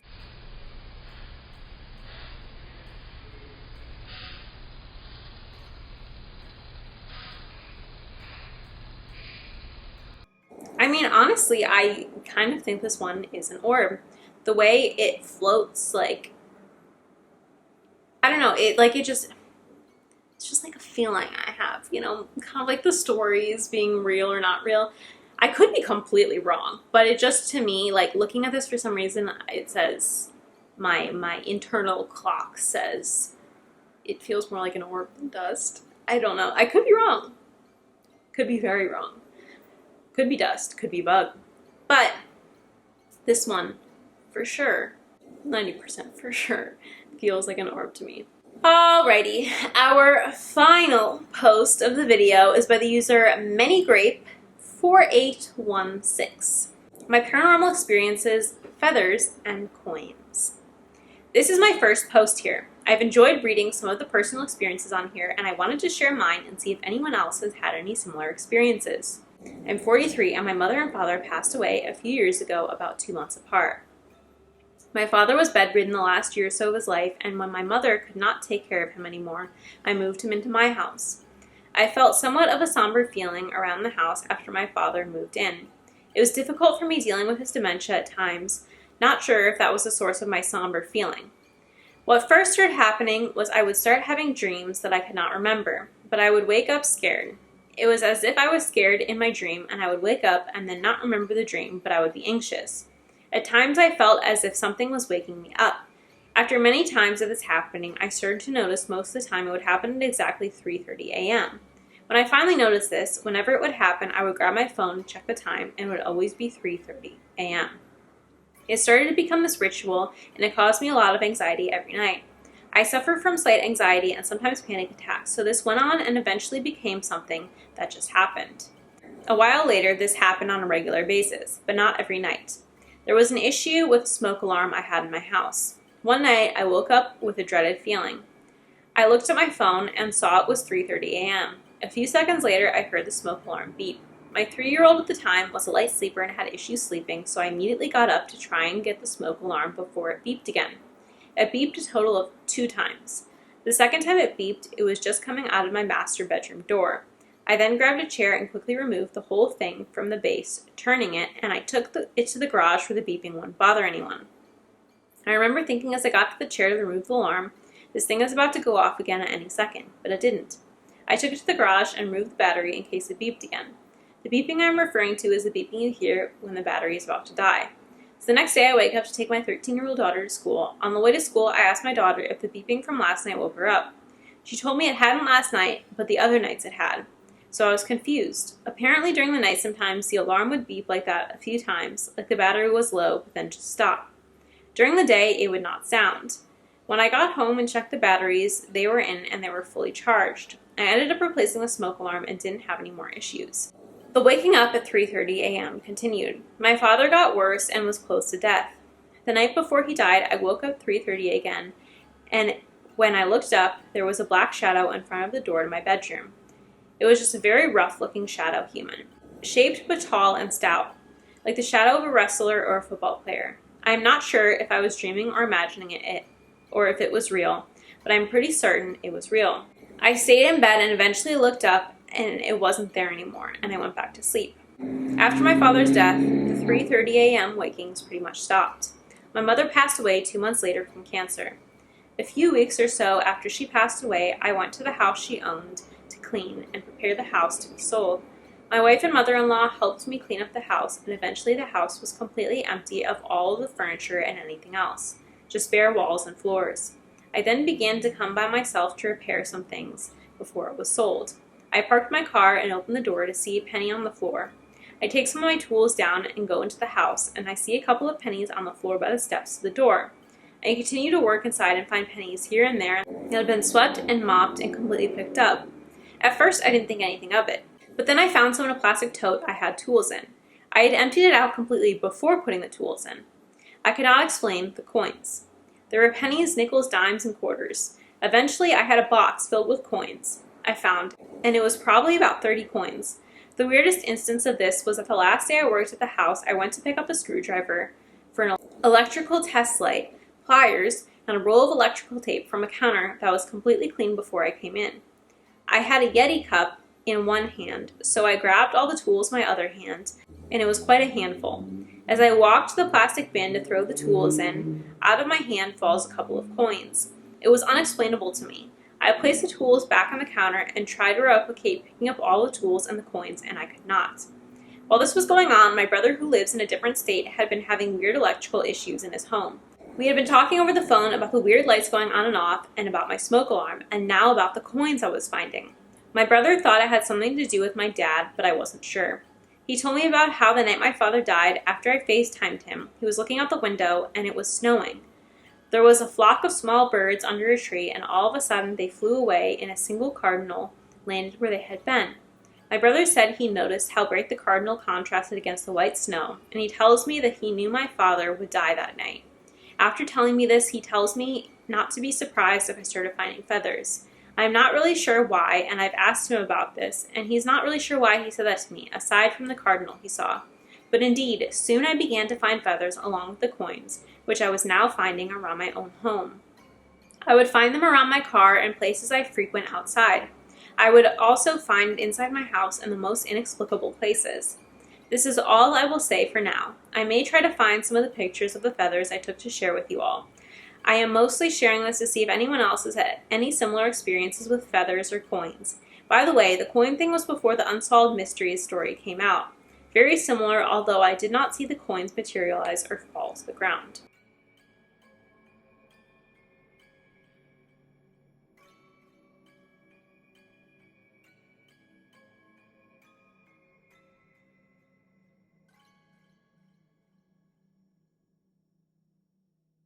That is really interesting. I will say, scientifically speaking, when you pay attention to something, you're more likely to see more of it because your brain subconsciously like seeks it out. So the feather thing could be that it was, you know, sunk into the subconscious after the brothers said, you're gonna see feathers, and then immediately started seeing feathers everywhere. A possibility, just an option here. But the coins, I don't really know, because if the coins just started randomly showing up, like on completely clean, swept floors, I don't know. Like, and you know, I can't really say it's like someone breaking in and doing it, because usually if someone breaks in, they like take coins, not leave them. So I don't really know what that's about. I feel like maybe it's some kind of a message, but I think the poster would probably say something about like coins having some significance with their mother or father. I think it's really unfortunate and sad that both the parents passed so close to each other, and unfortunately both, you know, had sicknesses that are pretty devastating to witness and take care of and have as the person who is sick with them. So that is obviously a pretty unfortunate addition to the story.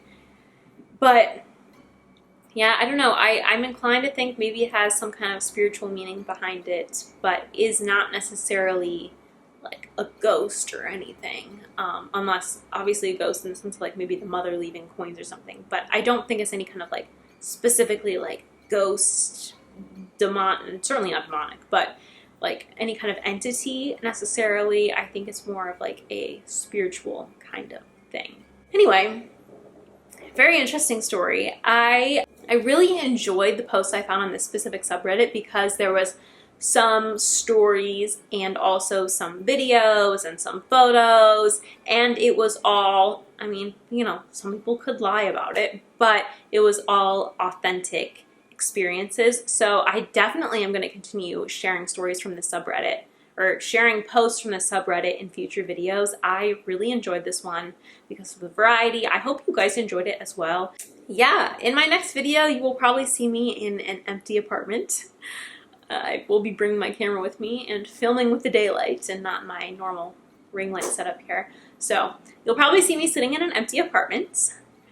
Again, don't mind the bland background for the next few videos. I hope you guys enjoyed this video. Please let me know any thoughts, questions, comments, concerns you have on any of the posts I shared with you today. Also, please feel free to submit any stories to me of experiences you've had yourself. I have an email down in the description where I am accepting submissions for stories, and once I get enough, I will make a video with those. If you like this video, please be sure to give it a big thumbs up, click the subscribe button down below, and turn on post notifications so you never miss a video. I post every Sunday and sometimes Wednesdays at 2 p.m. Pacific Standard Time. Please check out my Instagram and TikTok for special effects makeup content if you are into that. Add me on Snapchat for some story vlogs. And other than that, I think that that's all the announcements I have to make for you today. Again, I hope you guys enjoyed this video. Thank you so much for watching, and I will see you next week. Bye.